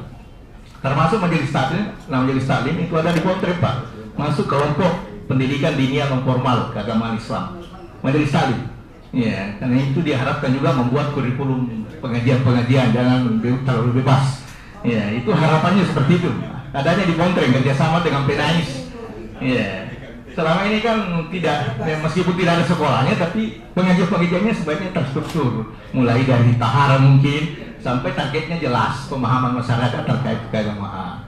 Seperti itu. Jadi banyak sekali pengelola pendidikan kadang-kadang ini sembraut dipahami oleh masyarakat sehingga tidak clear. Jadi ada formal, ada non formal di pontren. Sama pesantren Pak, pesantren itu sebenarnya bungkusan besar saja, tapi di dalamnya madrasah juga. Ya, madrasah, di situ ada MI, di situ ada MTS, di situ ada MA, tapi bernaung di bawah pesantren. Pesantren itu sebenarnya pengajian kitab. Ya, biasanya pesantrennya hanya pada maghrib atau pada subuh. Ya, hanya itu yang disebut pesantren dan wajib mukim. Tinggal di asrama. Kalau tidak nyantri bukan santri namanya, tidak mondok. Nah itu, jadi perbedaannya sebenarnya di situ nomenklatur pesantren. Jadi bukan substansi lembaga yang ada di dalam. Tidak ada lembaga pesantren khusus Pak, kecuali tadi dinia formal itu. Iya, jadi pesantren itu hanya sebuah lembaga besar yang memang nuansa keagamaan yang berisi pengajian-pengajian kitab. Iya, ya pasti ada kiainya di situ yang bertanggung jawab. Iya, dengan pengajian-pengajian kitab yang standar. Kitabnya pun sudah standar. Sudah ada ditunjukkan dari direktorat kitab ini loh, dari berbagai macam disiplin ilmu agama. Saya kira itu yang paling penting juga, kita memang dorong sama-sama memahami substansi pendidikan agama yang dikelola di Kementerian Agama. Kami hanya bagian kecil pengelola lembaga pendidikan di lingkungan Kementerian Agama, apalagi saya di bidang pendidikan madrasah, ditugasi khusus mengkoordinir guru-guru madrasah ya, dari tingkat RA sampai pendidikan MA.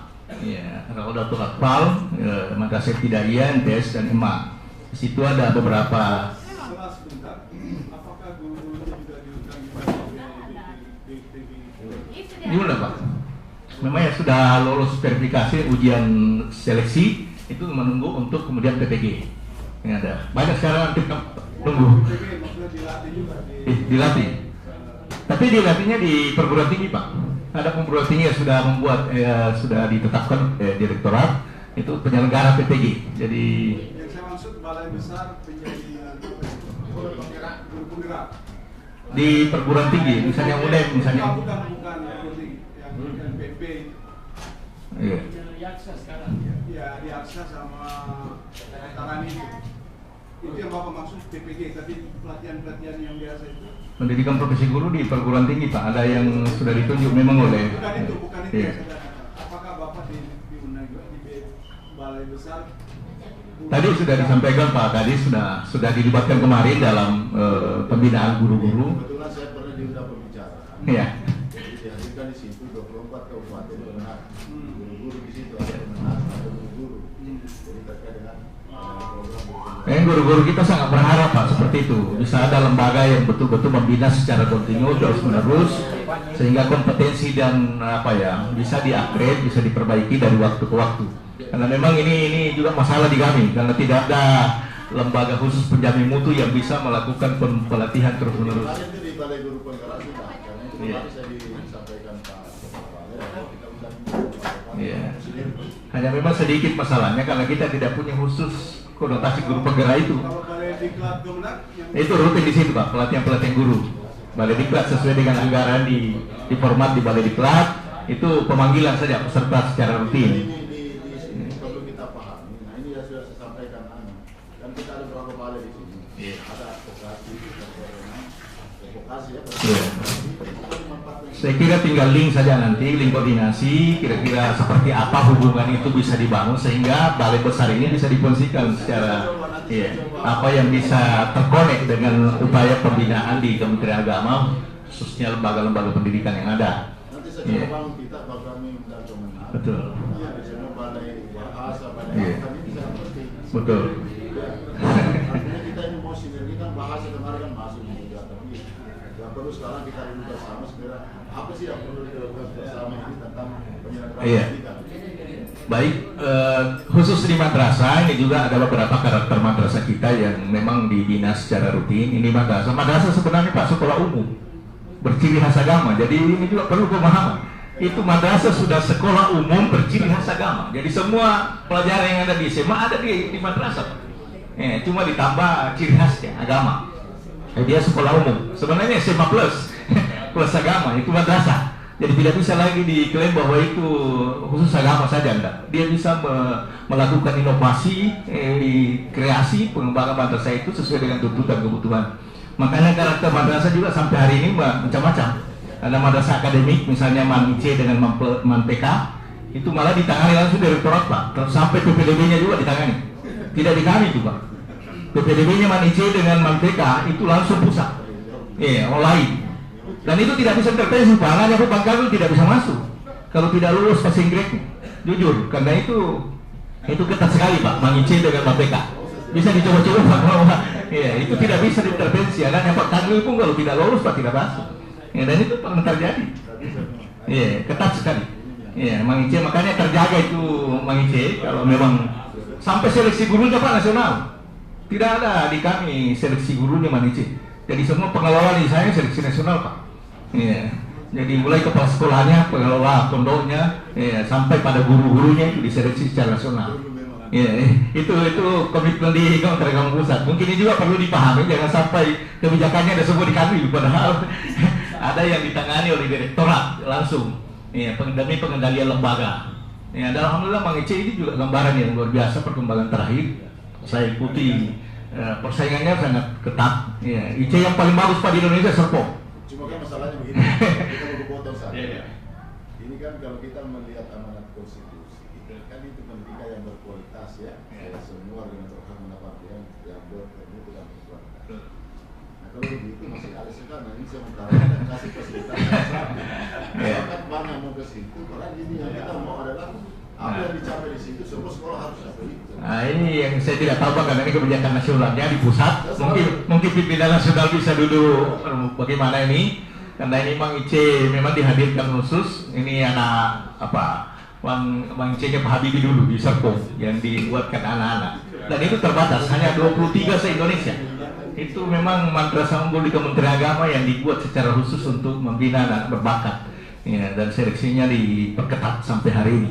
Maksimal Pak 70 yang diterima tiap tahun. Tidak bisa bebas menambah-nambah di situ jumlahnya. Hanya 70 setiap tahun Pak.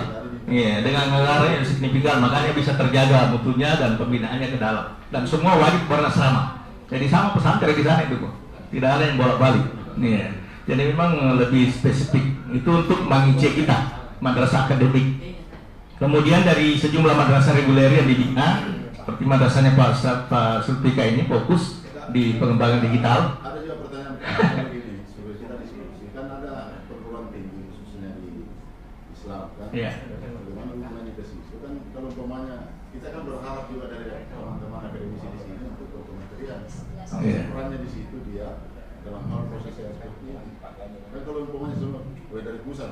Nah, kita kan butuh juga ini ada namanya kolaborasi antar perguruan tinggi. Nah, ini kan kita juga butuh bahwa tidak seperti ini apa kondisi di lapangan. Ini juga saya sampaikan kemarin, jangan melihat kacamata makro. Tapi dia dari bawah dalam perencanaan itu harus tahu kondisi. Semua daerah kan berbeda. Itu yang perlu.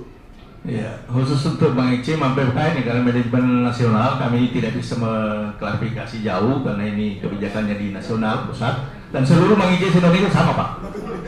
Jadi bukan hanya Sulsel seperti itu, seluruh Bang Ice Indonesia sama, manajemennya manajemen nasional. Jadi mungkin di tingkat pusat nanti bisa kita pertanyakan seperti apa kalau ingin mendapat gambaran seperti apa pengelolaan manajemen khusus Bang Ice dan Manteka, dan jumlah siswanya tidak signifikan banyak. Hanya 70 per tahun paling banyak diterima untuk satu unit kelembagaan. Manteka itu kan gabungan Pak, ada Mantiga dari situ juga. Jadi kadang-kadang susah dibedakan mana Manteka mana Mantiga. Mantiganya reguler, Mantekanya yang spesifik keagamaan. Jadi seperti itu. Yang reguler ini ya kita tinggal lihat peluangnya. Madrasah kita juga banyak karakter. Seperti juga tadi lintas-lintas instansi, ada madrasah kita yang sudah adiwiata, ada madrasah sehat, ada ramah anak, ada fokus digital. Seperti Pak ini banyak mensosialisasi bagaimana pengembangan madrasah digital, ya perpustakaan, ya itu bagian-bagian ini. Ada juga madrasah plus keterampilan Pak. Kita punya 7 yang sudah di-SK-kan secara nasional. Ada SK Pak Direktur, dan itu tinggal dibina aja plus keterampilan. Ya, tapi bukan madrasah kayak SMK.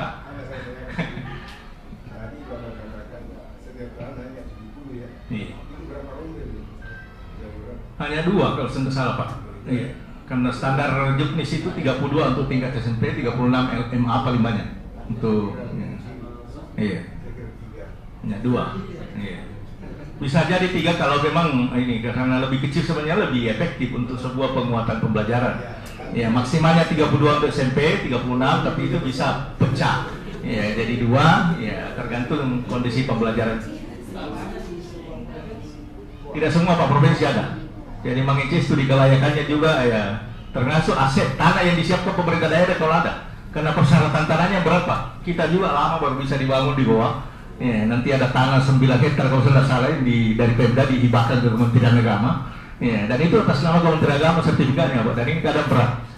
Ya, ini milik. Ya, lalu dibangunkan dengan Bang Ice. Pada dulu rencana di Maros, madrasah bertaraf internasional tapi tidak jadi. Jadi dipindahkan ke Goa menjadi Bang Ice periodenya Pak Sahrul. Ini ya, dan ini saya kira perlu dirawat bersama Bang Ice, saya kira perlu dirawat bersama kan ini potensi daerah. Ya, saya kira bukan hanya lagi milih Kementerian Agama kalau sudah bicara begini, ini adalah bersama kita Sulsel khusus pengembangan madrasah akademik keagamaan yang memang diharapkan pengembangan saintek di situ. Jadi bukan kajian keagamaan fokus, kalau keagamaan harus apa? Kalau memang Bang Ice itu saintek. Ya, dia meramu antara kekuatan agama dengan ilmu pengetahuan teknologi. Ya itu Bang Ice, main sarjana cendekia. Hanya 23 Pak provinsi yang dapat jatah Bang Ice dan tidak ada lebih dari hanya satu provinsi dari 23. Jadi masih ada kurang lebih 10 provinsi yang tidak punya Bang Ice. Makanya pendaftarannya lintas provinsi. Jadi bukan hanya orang Sulsel di sana Pak yang masuk, banyak dari provinsi lain. Dari Jawa bisa tembak Sulsel, dari sini juga bisa tembak di Bang Ice yang lain. Ya, memang nasional. Seperti itu untuk Mangice terakhir. Saya kira itu gambaran secara keseluruhan saja pembinaan madrasah kita, dan memang banyak hal menurut saya yang perlu dikoordinasi, terutama dalam rangka pemberdayaan dan hal-hal teknis seperti PPDB tadi yang digambarkan. Ini pun sebenarnya untuk Kementerian Agama kan sangat kecil. Kita punya negeri Pak hanya kurang lebih 7-8%. Ya, tidak sampai 9% nggak bisa jumlah negerinya. Nah, hanya itu yang bisa PPDB Pak terpadu yang swasta itu buka sampai selesai dinas tutup. Ya, itu swasta karena rata-rata Pak kurang siswa. Yang negeri aja ini itu pun hanya beberapa daerah yang hanya Makassar mungkin yang jadi rebutan aja. Kalau di luar Makassar saya kira ya, kecil, ya, tidak sebesar animo untuk bergabung di madrasah. Ya, hanya sekolahnya Mas kita dengan Gudarma yang di sudut itu yang paling banyak. Ya, itu seperti itu karena orang ya seperti itu, makanya mungkin itu pertimbangan kenapa dipercepat. Kalau tidak Pak, setengah mati panitia-nya. Mungkin bisa sampai 10.000 pendaftar kalau dia molor ke belakang, kalau dibuka secara terbuka bebas betul. Ya, oleh karenanya ya, dibatasi dari sisi waktu hanya dibuka 3 hari, itu pun sudah sampai 2.000 Pak. Ya, hanya 3 hari dibuka. Ya, bayangkan kalau dibuka panjang waktunya, ya panitianya setengah mati. Makanya mungkin perlu komunikasi dan bagaimana ngatur teknisnya, ya, sehingga hal-hal ini tidak sampai merubah mindset bahwa kenapa begini. Padahal sebenarnya banyak pertimbangan teknis juga sehingga hal itu dilakukan karena sekolah kita sangat terbatas. Tapi itu hanya kecil sekali dari sekian jumlah madrasah yang ada di Sulawesi Selatan. Ya, hanya Makassar saja yang sedikit was-was kalau setiap penerimaan siswa baru. Saya kira itu gambarannya, dan tentu saja kami sangat bersyukur hari ini bisa membuka banyak informasi buat kita, terutama hal-hal strategis dalam pengembangan pendidikan tadi yang sudah disampaikan. Ini memang butuh koordinasi setiap saat. Enak sekali kalau ada PPD per bulan nanti ini bisa dihadiri oleh siapa yang memang diharapkan untuk bisa hadir memberikan informasi, sehingga teman-teman juga bisa mengatur ya informasi, karena sektor pendidikan kalau mau fokus agama pendidikan keagamaan Islam mestinya beda konten. Kalau yang memang bina secara rutin kelembagaan, karena seperti itu. Kalau di KUA itu kan jaringannya ke bidang URAIS Pak, itu kalau bicara KUA karena adanya di bidang URAIS ya, yang persoalan pendidikan anak usia dini perkawinan dini misalnya itu adanya di URAIS. Jadi kita kadang tidak tahu mana berapa sih datanya di situ, adanya di bidang URAIS. Iya, karena seperti itu. Dan ini juga kasus di pendidikan, anak-anak yang belum bersyarat nikah sudah nikah. Ini kalau nikah di usia dini itu juga. Ya. Kami juga banyak bincang-bincang Pak, karena sering diundang di provinsi terkait dengan ATS, anak tidak sekolah. Ya. Ya. Kami juga sudah sering aktif ikut sebagai peserta pertemuan di sana terkait dengan ATS. Kami prinsipnya siap menerima kalau ada siswa yang mau diamankan di sekolah, siap. Lembaga kita banyak, mau formal atau non formal, ya saya kira bisa. Apalagi pesantren-pesantren itu Pak, siap. Ya. Sekarang setuju begini, karena sekarang ini Pak Kota yang kita berikan, kita pernah statistik. Ya. Ternyata sekarang itu mau nikah, itu diukur Pak. Ada ukuran kalau tidak direkat. Diukur dengan di sini. Ya. Dari situ yang banyak. Ya, sih mungkin loh. Ada yang diukur, tapi tidak sampai belum dikasih izin. Ada yang diukur. Ini masalah stunting. Ya, saya kira itu informasi awal Pak. Nanti kita kembangkan dalam pertemuan lebih lanjut. Terima kasih. Assalamualaikum warahmatullahi wabarakatuh. Ya, waalaikumsalam warahmatullahi wabarakatuh. Terima kasih Pak. Pak Kasim yang telah mengurai banyak tentang sekolah-sekolah madrasah, sekolah-sekolah yang ada di Kemenag. Dan terus terang saja Pak, ini membuka wawasan kita bahwa ternyata Kemenag itu banyak ada pendidikan formalnya, ada di pendidikan non formalnya, dan itu dunia. Selama ini kita tahunya dunia itu plus tambahan pada sore hari biasa. Ada sekolah-sekolah yang menambah, tapi khusus untuk pelajaran Al-Quran. Nah, kemudian ada hal satu yang saya highlight sekali Pak, menjadi laporan juga biasa, terutama untuk rumah tahfiz ini Pak. Banyak sekali anak-anak yang ada di rumah tahfiz itu tidak bisa mengikuti pendidikan formal. Iya.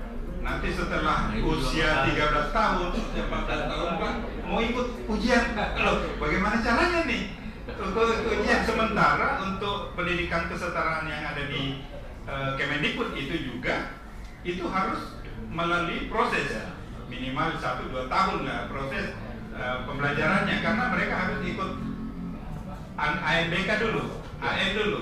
AN harus ikut AN baru bisa ikut selanjutnya. Ini yang Pak Kadis agak marah-marah terus sekarang. Karena memang banyak sekali.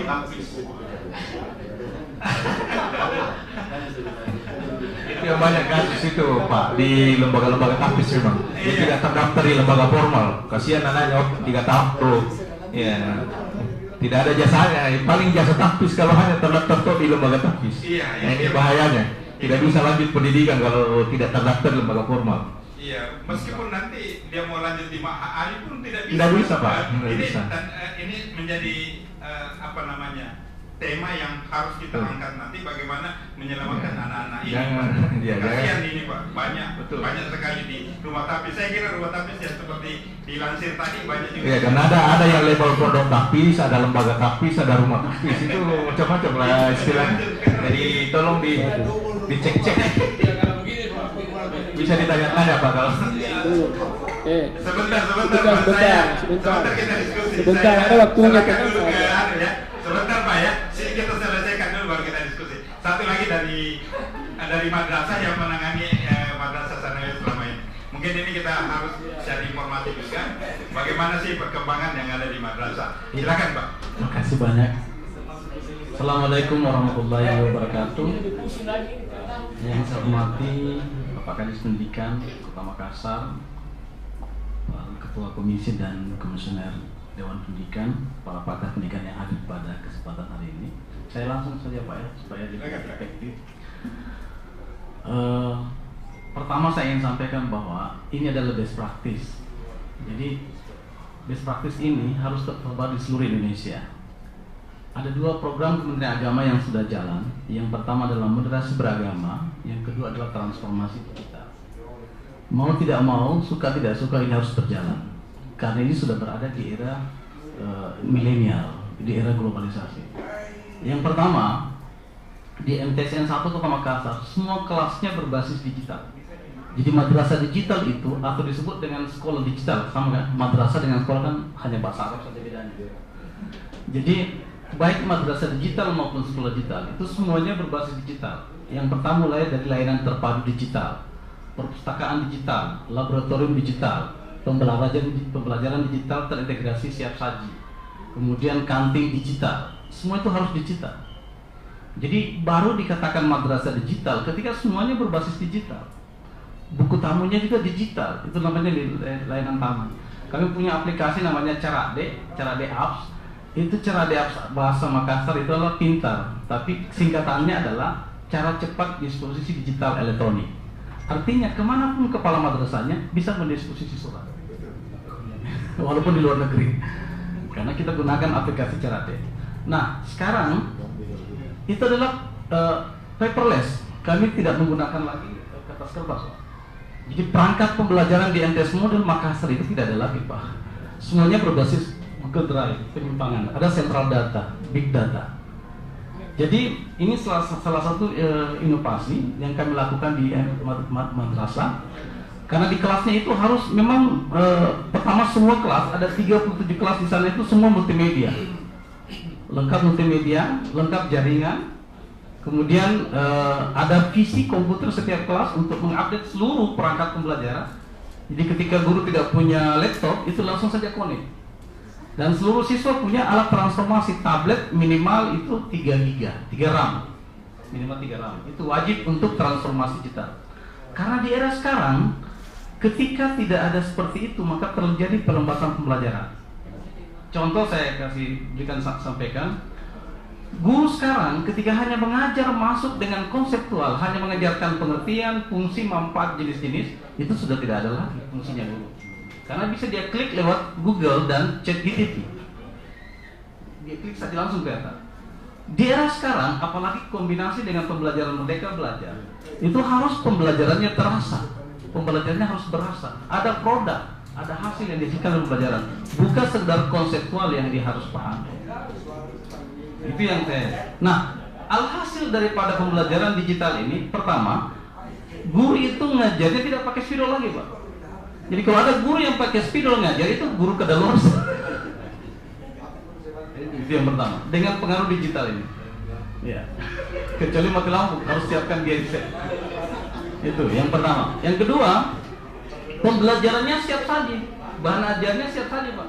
Kenapa saya katakan siap saji? Karena dia gunakan Pak Makromedia, Prezi, Autofly, Microsoft Office 365, kemudian banyak aplikasi yang menunjang. Ya.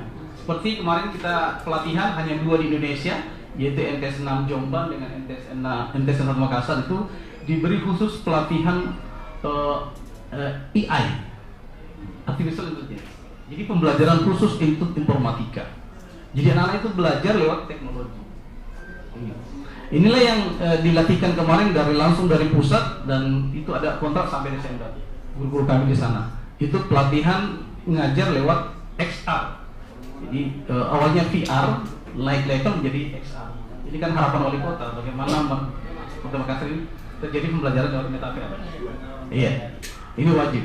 Jadi Bapak Ibu, saya menginspirasi kita semua bahwa di era sekarang ketika guru itu ngajar dengan tidak menggunakan multimedia, saya yakin terjadi keterlambatan pembelajaran. Karena di era sekarang apa belum bisa dapat? Kalau hanya konsep semua bisa dapat. Tapi yang susah didapatkan adalah ngajarnya secara kontekstual. Jadi kami selalu mengedepankan sistem pembelajaran dengan model pendekatan STEAM, yaitu Science, Technology, Engineering, Art, and Math. Ini saya duplikasi dari Korea, Pak. Saya duplikasi dari Universitas Seoul. Itu yang saya lakukan di MTS 1 Kota Makassar. Yang kedua, ketika mengajar menggunakan LCD, ternyata itu sudah expire di era sekarang. Ngajar itu menggunakan LCD itu sudah expire. Yang bagus itu seperti ini, ada multimedia. Cuma harus punya standarisasi. Untuk jenjang sekolah maupun madrasah, multimedianya itu minimal TV digitalnya itu 65 inci untuk seluruh Indonesia. Minimal 65 inci. Jadi di MTS Makassar sudah lengkapi semua. Kami sudah lengkapi. Dan itu maksud saya gini, kami mau menginspirasi seluruh sekolah bahwa kami tidak punya dana suplemen, Pak. Jangan berharap kami melakukan madrasah digital ada dana khusus. Dana, Pak. Saya hanya mengandalkan dana BOS. Disitulah mungkin peran kepala sekolah maupun kepala madrasah bagaimana mereka mengalokasikan untuk menjadi paperless. Yaitu. Kemudian pemeriksaan, Pak, pemeriksaan hasil ulangan anak tidak boleh lagi manual. Kalau ada guru di era sekarang mengajar memeriksa manual, itu sudah pasti mereka adalah kadaluarsa, Pak. Sudah expire, Pak, di era sekarang. Karena langsung kelihatan hasilnya, Pak. Nah, apa yang dipakai itu ada Kahoot, ada Mentimeter, ada Quizzes, ada Google Form. Minimal itu yang dipakai. Itu yang dipakai. Kalau di luar negeri orang menggunakan Kahoot, rata-rata di Korea maupun Finlandia, Pak. Nah, ini yang saya sedang kembangkan di madrasah, dan ini harus tersebar di seluruh sekolah maupun madrasah. Tentunya ini akan menjadi gambaran kita bahwa di era sekarang ketika mengajar dengan konsep itu menunjukkan bahwa kita mundur satu langkah, Pak. Ini juga harus tersebar di Kemendikbud. Dan mungkin ada yang bertanya, gimana cara menyiapkan sarananya? Itu hanya mengelola saja anggaran secara efektif, efisien. Kami tidak punya anggaran khusus untuk menjadikan madrasah digital, Pak. Memang kami punya komitmen saja dengan kuat bagaimana anggaran itu berjalan efektif, efisien. Komite sekolah itu diprogramkan hanya untuk menambah insentif guru honor, Pak. Ya. Karena guru honor kan gajinya hanya paling banyak di DIPA 500.000 per bulan, Pak. Itu kalau berkeluarga nggak bisa, Pak. Jadi kita tambah dari insentif dari komite itu di sana itu paling sedikit 1,5, Pak. Oh, sorry, ada DIPA-nya, Pak, ya? Ya, DIPA untuk MTS ada, Pak. Tapi DIPA itu isinya hanya dana BOS, Pak. Oh, saya pikir ada DIPA khusus untuk. Tidak ada, Pak. Jadi isinya hanya dana BOS. Kalau boleh lewat 500. Ya, jadi itu peran komite, Pak, menambah insentif penghasilan guru honorer di MTS 1 Kota Makassar. Itu yang paling utama, Pak, kalau di komite madrasah. Karena itu ada terkait kesejahteraan.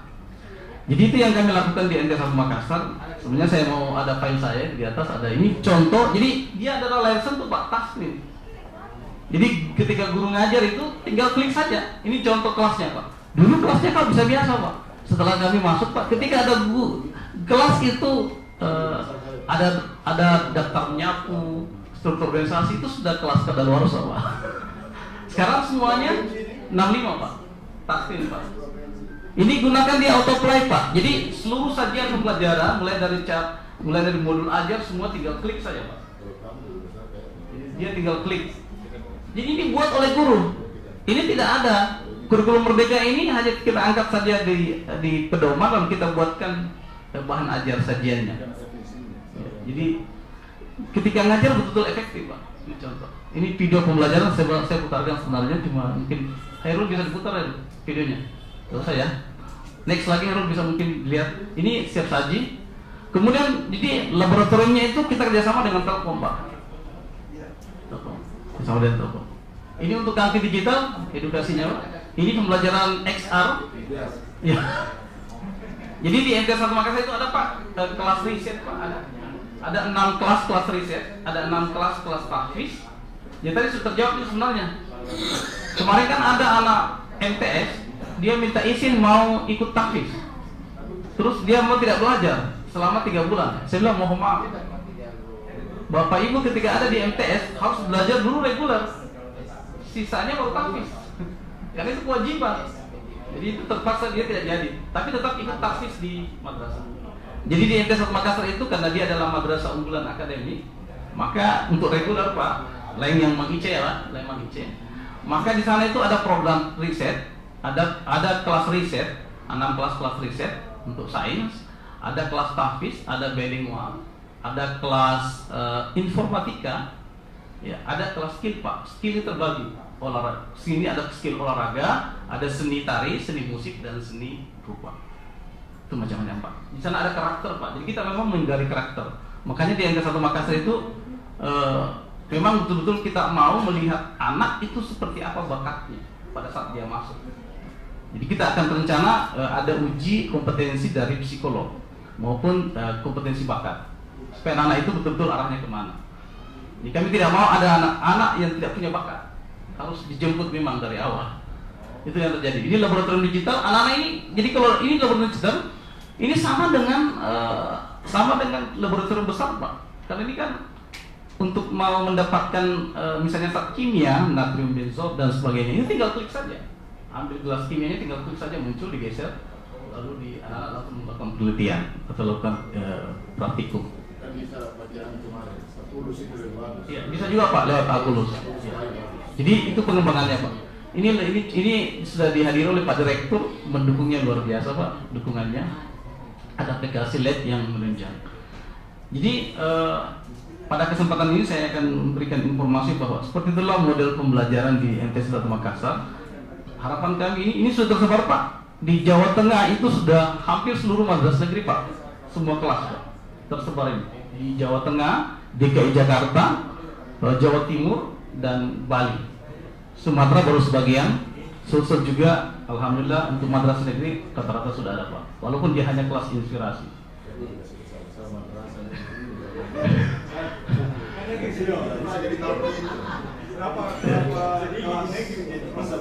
Kalau di MT1 Makassar ada 37 rombel Pak. Jadi kelas 7 itu 13 kelas Pak. Ini yang dulu model ya? Iya model Pak. Jadi sebelumnya ini Pak, sebelum saya masuk ke sana belum digital Pak, masih biasa-biasa saja Pak, sama dengan pada umumnya. Ya. Setelah masuk ada Pak program Menteri Agama, kita tidak lanjuti, dan kebetulan MT1 Makassar ini dapat penghargaan dari Pak Menteri.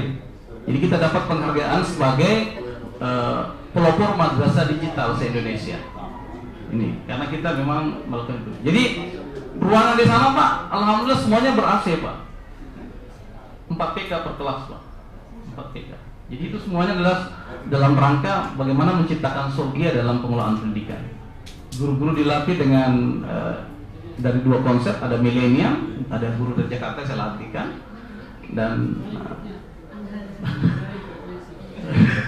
jadi itu Pak mungkin saya bisa berikan gambaran terkait dengan ini contoh kelasnya. Untuk kelas, jadi dia rata-rata wallpaper Pak, depan belakang wallpaper. Kita tidak boleh lagi ada pajangan-pajangan plastik karton-karton, tidak boleh lagi Pak. Jadi begini kan, ini kita perlu paham bersama bahwa ini jadi masalah orang tua di sana itu dia bukan biaya, kan sebenarnya ada biaya tidak ada orang tua, tapi kan dianggap suatu kebutuhan, makanya kita libur karena dia ada kualitas anaknya. Ini kan sebenarnya diharap untuk pendidikan. Dan sekarang itu kita ini kan banyak biaya, terkadang ada biaya-biaya yang biaya, tapi tetap begitu anaknya. Nah, ini kan penyiaran, ini salah satu bulan kemarin. Karena memang wajar kalau menurut orang kita sedang mati. Dan alhamdulillah kalau prestasi Pak, kita memang punya brand satu siswa satu prestasi. Jadi di sana siswa 1.400 siswa itu minimal 1.400 prestasi dalam setahun minimal. Sama, jadi kalau di Tasik itu 18.000 siswa, Ya, itu prinsip kita. Dan saya anggap kolaborasi dan pendidikan luar biasa. Tahun kemarin terima kasih banyak kita membantu untuk berangkat ke lomba robotik di Malaysia dan di Jogja. Alhamdulillah kita juara nasional Pak. Alhamdulillah. Bahkan di Malaysia. Tahun ini insya Allah kita berangkat lagi Pak ke Singapura. Tanggal 22 sampai tanggal 27 kita berangkat lagi ke Singapura, Thailand dan Malaysia untuk sama-sama lomba robotik di tingkat internasional. Saya kira ini mungkin menginspirasi kita. Kalau ada hal yang ditanyakan silahkan.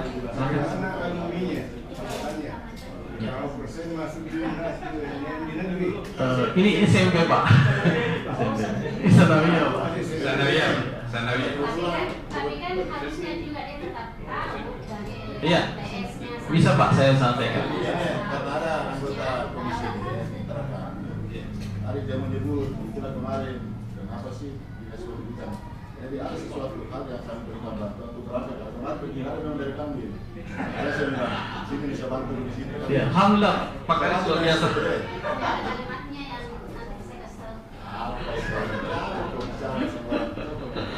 Baik, terima kasih Pak Kepala Sekolah MTS Kepala Sekolah MTS Negeri 1 Makassar. Ini saya kira satu inspirasi untuk kita semua. Bagaimana membangun pendidikan Kota Makassar. Saya ingin menyampaikan Pak bahwa ada perbedaan memang di dalam, terutama dalam hal pertama di penerimaan peserta didik baru. Di PPDB kita kan di Kemendikbud itu di pemerintah daerah itu menggunakan zonasi. Dan harus semua anak-anak harus yang ada di sekitar kita harus sekolah. Kemudian kalau di MTS ada kewenangan tersendiri yang dimiliki sehingga anak-anak yang masuk. Saya ingat 2014 Pak, saya agak berdiskusi dengan kepala sekolahnya, masih ibu siapa waktu itu. Iya, saya bilang karena dia mau ikut untuk PPDB online Pak. Tetapi ada satu yang dia pertanyakan, bagaimana caranya Pak? Karena saya harus mengetes anak-anak dulu pintar mengaji enggak? Nah ini yang kita diskusikan. Tapi alhamdulillah ikut waktu itu sama-sama. Dan saya kira inspirasi ini bisa kita kembangkan nanti, bisa kita untuk semua pendidikan Kota Makassar. Ada banyak hal yang sudah disampaikan tadi. Untuk 18 revolusi pendidikan pemerintah Kota Makassar sudah diwujudkan, masuk semua Pak, sudah masuk. Ya, saya kemarin juga pernah ikut Pak, pernah diundang untuk bersama-sama dengan Telkom di situ untuk mewakili Bapak Wali Kota memberikan motivasi lah kepada anak-anak untuk pengembangan digital ini. Terima kasih. Saya mungkin karena waktu kita 35 menit, banyak komisioner, saya batasi Pak. Satu komisioner itu 5 menit ya Pak ya? Iya bisa Pak. Maksimum 5 menit, tapi mohon izin, terpaksa saya harus kode kalau kebanyakan. Baik, terima kasih. 3 menit Pak. 3 menit Pak. Oh iya, ini katanya di belakang dibilang Pak Kadis. Iya betul. Oh coba Pak Kadis. Dia penutup Pak Kadis. Iya, saya mulai. Baik. Pak Suarman dulu, pegang-pegang terus nih, saya lihat. Baik. Iya. Baik, terima kasih. Assalamualaikum warahmatullahi wabarakatuh. Yang pertama saya menyampaikan terima kasih kepada Kementerian Agama. Saya teringat 2 tahun yang lalu Kota P3K Agama Kota Makassar tidak ada sama sekali. Berkat perjuangan Dewan Pendidikan menghadap Kementerian, alhamdulillah dibuka Kota Agama. 2 tahun yang lalu tidak ada Pak. Terima kasih. Kota P3K dibuka. Itu berkat DPKN yang menghadap langsung Kementerian. Yang kedua, saya juga mengucapkan terima kasih Pak. Alhamdulillah guru-guru kami di agama, walaupun kemarin tersendat sertifikasinya 2 tahun yang lalu, alhamdulillah berkat komunikasi saya dengan Pak Direktur Jakarta, alhamdulillah sudah terbayarkan. Terima kasih. 2 tahun Pak mau dibayar, alhamdulillah dibayar. Yang ketiga, saya juga ingin menanyakan, yang pertama adalah guru-guru kami yang lulus P3K tahun 2021-2022. Ya Pak, lulus tidak ada penempatan, tidak ada SK, kurang lebih 221 orang. 221 orang tidak lulus tapi tidak ada SK, tanpa penempatan. P3K, Kemenak. Kemenak Pak, Kemenak. Bukan Sisdik. Gini, kita lurus kami. Ya. Gini, kalau terkait dengan itu dia sampaikan tadi. Jadi kita tidak mau menyebut kemenangan apa-apa, tapi kan itu yang guru itu yang mengajar di sekolah kita. Iya. Nah ini sekarang inilah pertandingan yang terbuka. Mudah-mudahan nanti ini salah satu solusi nanti penempatan. Ya, 221 orang. Kita kan berapa Pak? 221 orang Pak. Kita kan 395 sekarang. Kalau kami berdasarkan kan begini, kalau saya baca itu, saya lihat data aku sekarang tidak jauh beda dengan data yang sekarang yang ada di Jokowi, SMP, SMA, apa namanya SMP, SD itu. Mudah-mudahan kita berharap ini semua yang masuk, kan? Ya, baik Pak Kadis. Itu data yang kami dapat 221 orang. Lulus tanpa penempatan, tanpa SK. Kemudian yang terakhir adalah Bapak Kepala Sekolah. Saya tadi tertarik sekali bahwa di sana ada guru yang pakai spidol. Luar biasa ini Pak. Ini sangat luar biasa sekali. Nah, apakah di sana Pak tidak ada lagi yang namanya penjual buku? Tidak lagi kepala sekolah, maaf, tidak lagi ada penjual buku masuk di sekolah, ya, atau di koperasi. Karena kalau saya lihat dari ini luar biasa, semua digital. Iya. Nah, ada informasi saya dapatkan bahwa tahun lalu itu masih ada buku dijual di sana. Setiap siswa wajib. Nah, itu yang pertama Pak. Yang kedua, terkait masalah guru-gurunya sana. Apakah sudah istirahat S1 atau 2? Karena sering luar biasa, saya tertarik sekali. Bukan, ini SDM-nya sangat bagus sekali sana. Nah, saya kira itu Pak Kepala Sekolah, mohon informasi tak, terima kasih. Ya lanjut Pak. Oh, tadi angkat tangan Pak. Cek satu kali bagus. Baik, assalamualaikum warahmatullahi wabarakatuh. Sebenarnya ini sudah sangat sempurna apa yang kita bincangkan pada siang hari ini. Semuanya sudah lengkap. Saya sangat tertarik apa yang disampaikan oleh Pak Kadis, oleh Pak Prof. Aris Munandar. Rupanya rapat ini kalau lintas sektor bukan hanya sebenarnya yang dua ini, masih banyak yang lain yang harus dihadirkan. Bukan hanya Disdik dan Depa, mungkin sosial dan sebagainya, KLH seperti yang dibilang tadi. Karena ini semua terkait. Bidang pendidikan itu semuanya ada, termasuk anak-anak kita di jalanan dan sebagainya. Mungkin suatu saat kalau Pak Kadis bisa fasilitasi kita, ya kalau tidak sekarang nanti ke depan lah. Kita ada tawarannya Pak Kadis tadi di kantornya, itu jual luar biasa Pak, atau di kantor wali kota kita FGD. Oh iya. luar biasa Pak Kadis. Iya, itu iya, alhamdulillah itu yang pertama. Yang kedua, saya tertarik juga apa yang disampaikan oleh moderator. Pernah kita pertemuan ada terdata 30.000 siswa tidak bersekolah di Makassar. Ternyata kemudian itu hanya karena tidak connect data yang ada di mungkin ya di Kemendikbud, di Kemenak dengan di Disdik, mungkin hanya Sehingga yang 30.000 itu mungkin ada di madrasah sebenarnya atau di tempat lain. Sebenarnya itu ada dan itu sudah bersekolah mereka, cuma karena data tidak connect antara Dikbud dengan D4 sehingga kelihatan ada 30.000, luar biasa angkanya. Sehingga saatnya sekarang kita kolaborasi sehingga benar-benar data itu bisa kita hadirkan bersama. Wajar Dikdas ini, wajib belajar pendidikan dasar hanya bisa ditentukan kalau semua data ada dan berkolaborasi antara Depak dengan Kemdikbud sehingga bisa dipersentase berapa sebenarnya ketuntasan wajib belajar kita, berapa APM kita, angka partisipasi murni dan angka partisipasi kasar. Oh Pak Kadis juga memang tadi sedikit sudah singgung. Mudah-mudahan nanti lebih jelas lagi. Saya rasa ini dari saya singkat saja. Terima kasih. Assalamualaikum warahmatullahi wabarakatuh.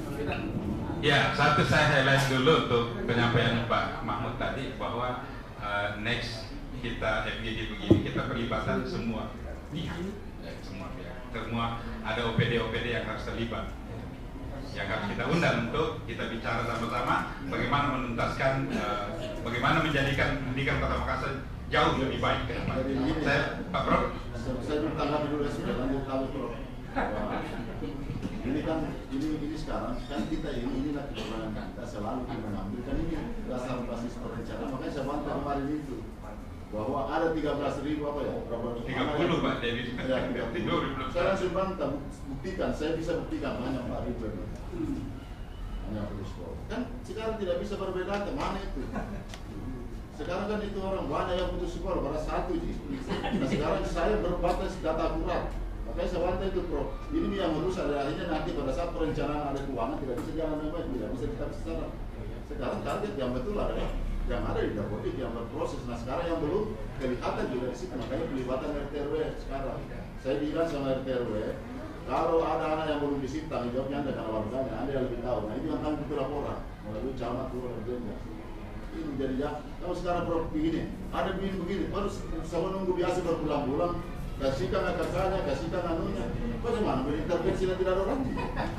Nah, jadi ini sekarang Pak, jadi makanya sekarang berbasis perencanaan itu harus data, Pak. Itu yang berbeda. Jadi kalau selalu disebut ini selalu terngiang di otaknya orang begitu, orang tidak seperti itu. Jadi ini hanya seperti itu. Ya, sudah Pak Kadis. Assalamualaikum warahmatullahi wabarakatuh. Silakan. Tidak, silakan dilanjut.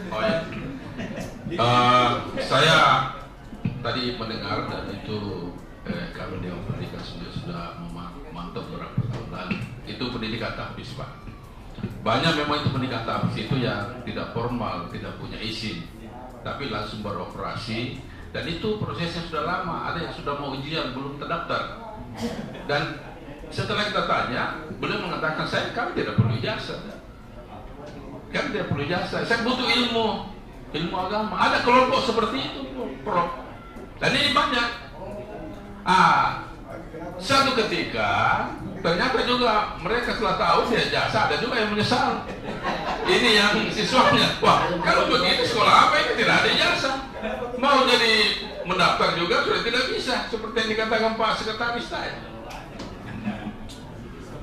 Ini menjadi masalah. Kalau di wilayah saya itu di daerah Panakukang itu ada 3 yang saya tahu itu yang seperti itu. Dan itu ratusan siswanya Pak. Ratusan siswanya sudah juga ke sekolah mendaftar mau ujian. Saya bilang ini nggak boleh karena ada Dapodik harus terdaftar dari awal.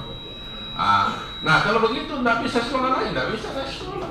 Nah ini sebenarnya yang saya pertanyakan tadi kepada Pak Kadis, bagaimana solusinya seperti ini? Karena kalau misalnya dia sudah 12 tahun kan sudah harus tamat SMP, tamat SD, harus dia bersekolah di SMP. Tapi tidak ada jasanya. Nah itu barangkali satu mungkin di persoalan ini yang inilah diantaranya. Ini sebenarnya ini yang menganggur ini Pak, yang tidak ada database-nya. karena dia tidak terdaftar di Dapodi. Kalau kemarin banyak kami atasi begini. Iya. Banyak juga orang tua waktu pandemi kan banyak kemarin. Karena pandemi itu tidak ada proses. Iya. Banyak orang lagi kalian tetapi. Iya. Tapi teman-teman sudah laporkan mana teman sendiri itu jabat. Kalau itu sudah daftarkan memang untuk lebih kesetaraan. Jadi kami ada beberapa anak kami sudah daftar kemarin melakukan kesetaraan. Oh iya, berarti masuk pakai itu Pak Garis. Tidak intervensi itu, makanya kami itu angka harapan sekolah, angka harapan sekolah itu masih sudah standar usia. Oh iya. Kami bisa diukur. Oh berarti masih ada jalan lurus ini, maksudnya jalannya yang solusi. Oh iya, jalur solusi ya. Ya. Kemudian yang kedua, ini barangkali untuk hanya mengingatkan saja Pak, itu seperti itu barangkali memang perlu pegawai Kemenak itu untuk melihat itu tapis yang begitu. Artinya paling tidak mendorong mereka bahwa kalau mau tapis saya minta izin, apakah bentuk sekolahnya supaya nanti anaknya bisa ujian formal gitu maksudnya. Iya Pak. Kemudian yang kedua, saya kalau seperti tadi beliau gambarkan itu tentang sistem pendidikan yang sudah dialami sistem digital. Digital kan itu mengurangi kertas Pak, malah ini sudah tidak pakai kertas seperti Bapak jelaskan. Ini luar biasa. Artinya mereka sibuk dengan digital. Tapi maaf Pak Kadis, kita ini di Diknas ini sepertinya masih sibuk dengan mengurusi itu yang tidak lulus, sehingga habis waktu kita di situ. Sehingga sepertinya memang ini ada dua kutub yang berbeda. Kalau Diknas sudah mengurusi tentang kualitas pendidikan, kita masih mengurusi anak-anak itu yang bermasalah. Apakah masalah tidak tertampung, masalah di sekolahnya. Karena teman-teman itu komite sekolah yang pernah kita ketemu masih sibuk itu ngurusi papan tulis Pak, yang bocor-bocor.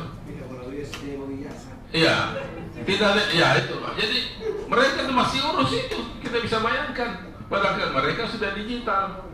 Lebih parah kemarin menurut pertemuan kita di MPS Pak Kadis, mereka sampaikan bahwa sebenarnya sistem jalur yang sudah ada itu kemarin itu sudah bagus, tetapi ada lagi sistem solusi. Wah ini mereka semakin bingung swasta, kasihan swasta Pak. Jadi sistem solusi menurut pengertian mereka, pokoknya apapun solusinya pasti masuk di negeri, tidak ada bagian untuk swasta, kasihan. Iya. Nah ini keluhan banyak, ini saya sampaikan keluhan. Sebentar tanggapi Pak, sebentar. Biar saya bicara dulu. Sehingga mereka mengatakan, wah kita punya siswa ini semakin kurang karena ada lagi jalur solusi. Kemudian ditambah lagi, wah ini paling parah, ada juga katanya jalur donasi. Ya karena donasi sangat berhubungan dengan solusi. Wah ini saya bilang, wah ini perlu saya bicara sama Pak Kadis ini kalau begini. Apakah ini ya Allah-Allah ya ini hoax atau tidak? Tapi itulah yang terjadi menurut informasi. Mereka tahu. Kalau tidak ada informasi dari mereka, tetap ada data itu kalau minta tidak ada.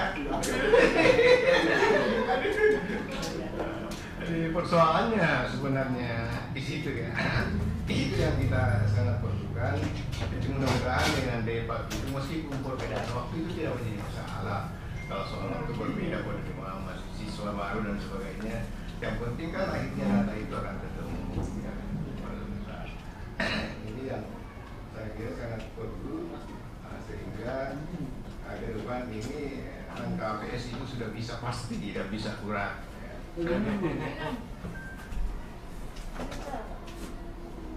Nah, kemudian yang menarik itu dari Bapak tadi, Bapak mengatakan dengan membangun sistem digital di sekolah itu, kelas digital, semua digital, hanya pakai dana BOS ya. Itu luar biasa Pak. Saya kira perlu ini mengundang semua kepala SMP. Beliau memberikan bagaimana teknisnya itu saja. Ya. Luar biasa itu bakal hanya dana BOS, pakai dana BOS itu. Berapa siswanya? Tidak mungkin ada sistem yang lebih banyak untuk siswanya daripada Bapak. Akan bisa membangun sistem digitalisasi yang begitu modern ya. Jadi dia menggunakan masih menggunakan spidol, bukan mundur Pak, hanya ketinggalan. Karena dulu kita tidak pakai spidol, hapus saja. Jadi saya kira ini hal yang sangat bagus. Ini informasi dari Bapak itu kepala SMP bagaimana secara bertahap itu mereka bisa membangun itu. Tentu tidak mungkin sekaligus ya, tapi harus bertahap. Tapi tentu ada teknis tersendirinya dan itu bisa dibagi Pak. Dan itu saya kira salah satu poin yang paling penting hari ini ya Ali Pak. Terima kasih. Assalamualaikum. Lanjut Bu Ibu Bunda.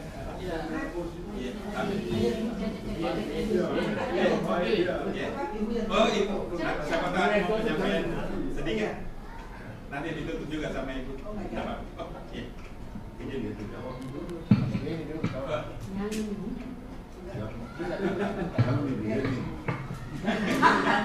Kalau punya ini pasti hantamannya ke dinas pendidikan, panjang koreksinya.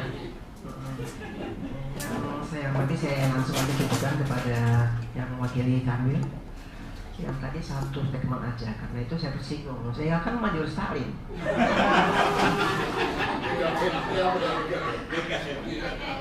Saya ketua asosiasi Majelis Taklim Indonesia Sulawesi Selatan. Perasaan Bapak mengendaki agar organisir dan punya perencanaan, tetapi tidak pernah Kanwil mengadakan atau kumpul seluruh majelis taklim yang ada tumbuh berkembang. Ya, bayangin, tidak akan mungkin ini religius daripada orang-orang di Sulawesi Selatan tidak bagus kalau bukan gara-gara majelis taklim. Ya kan, seperti itu kita harus akui. Nah, saya harapkan kalau menghendaki ya terorganisir dan punya perencanaan, ya sekali-sekalilah kumpulkan, undang apakah ketuanya dengan sekretarisnya untuk beri penjelasan bagaimana membangun ini organisasi. Ya kan? Jangan liar, jangan tidak ada tujuannya gitu. Disampaikan caranya seperti ini. Karena saya dengar tidak ada pun satu bantuan, ya walaupun mungkin sumbernya dalam mengumpulkan APBD provinsi itu tidak ada, tetapi tidak ada distribusinya kepada majelis taklim, walaupun mungkin sedikit ya, tapi adalah perhatian, tetapi tidak secara keseluruhan. Ya mungkin ya asosiasinya lah ataukah badan kontak majelis taklim itu yang harus diberi perhatian supaya bagus. Bayangan kita bangga masjid bisa makmur karena apa? Gara-gara keberadaan majelis taklim yang mengisi tempat itu. Bayangkan bersihnya apa dan sebagainya, semua fasilitas ada. Apalagi sekarang ini dikendaki agar supaya anggota pengurus masjid bisa sejahtera. Apalagi Pak almarhum kemarin telah menginginkan agar supaya semua imam masjid punya BPJS Tenaga Kerja. Nah, ya itu semua imam masjid semua ditunjukkan seperti itu. Ternyata ya merupakan satu contoh bahwa betul BPJS Tenaga Kerja itu punya komitmen terkabul, terwujud.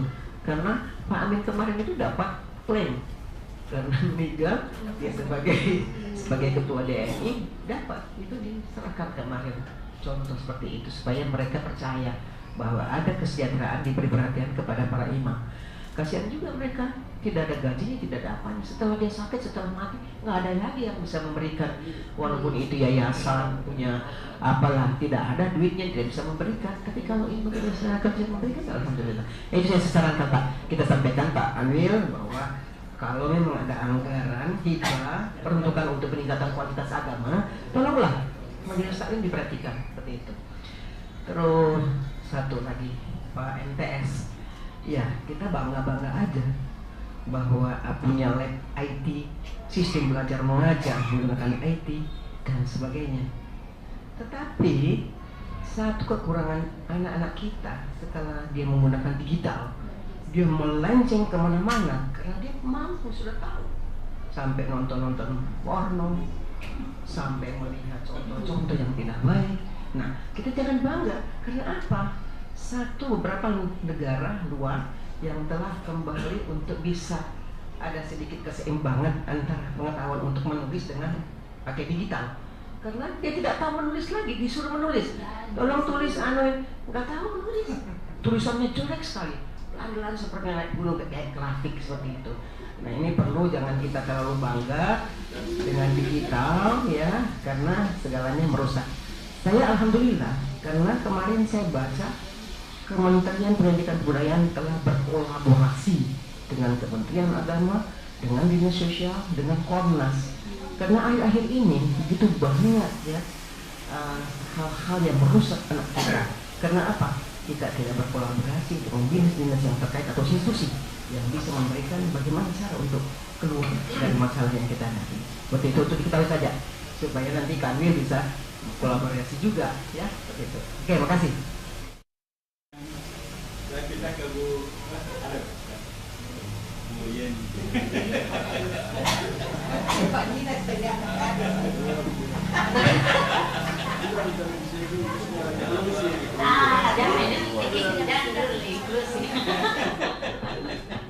Silakan Bu Yen. Iya. Bismillahirrahmanirrahim. Assalamualaikum warahmatullahi wabarakatuh. Sebenarnya apa yang disampaikan oleh Bunda Piati tadi itu juga senada dengan yang ingin saya sampaikan, bahwa kita tidak mungkin untuk tidak mengikuti perkembangan zaman, tetapi tetap harus kita perhatikan bagaimana anak-anak bijaksana dalam penggunaan HP. Ini juga mungkin untuk ISDIK terutama ya, karena anak-anak sudah tidak bijaksana lagi dalam menggunakan Pak Kadis. Ini terutama untuk sekolah, ini hati-hati sekali anak-anak, sudah banyak keluhan dari orang tua bahwa anak tidak bijaksana dalam menggunakan HP. Apalagi kalau di sekolah ternyata penggunaan HP untuk pembelajaran, anak-anak disuruh seperti yang disampaikan tadi Kepala MTS, cari pengertiannya, fungsi dan sebagainya. Ini tidak tidak efektif. Malah harusnya pemerintah kota dalam hal ini DISDIK memberikan pemahaman kepada guru-guru untuk berinovasi. Kita kan sudah punya smartphone. Jadi dalam bayangan saya smartphone itu anak-anak yang melihat di depan dia tanpa menggunakan HP. Barangkali fasilitas ya dengan apa kayak Chromebook itu masih belum maksimal penggunaannya. Jadi lebih bagus itu saja yang digunakan, tidak membawa HP. Yang kedua terkait dengan PPDB yang sering dilakukan oleh MTS, ini sebenarnya menjadi buah bibir di masyarakat tentang tidak transparansi. Jadi ini selalu berhembus kabar bahwa sesuatu yang sudah selesai sebenarnya. Dan yang saya melihat bahwa bagus tadi yang dijelaskan, tetapi saya melihat eksklusif MTS. Artinya dia hanya mampu menerima anak-anak yang cerdas dan sudah baik.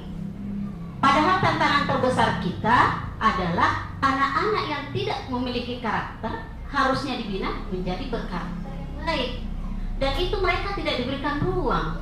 Ini sebenarnya menjadi kendala kita.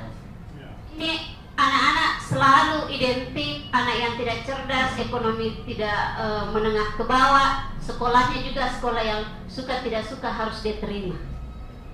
Kalau dimungkinkan, MTS memberikan ruang untuk itu, kuota khusus untuk itu. Karena ada anak-anak memang yang semangat mau, walaupun kita paksa, kalau dia tidak mau juga tidak mungkin dia mau masuk di MTS.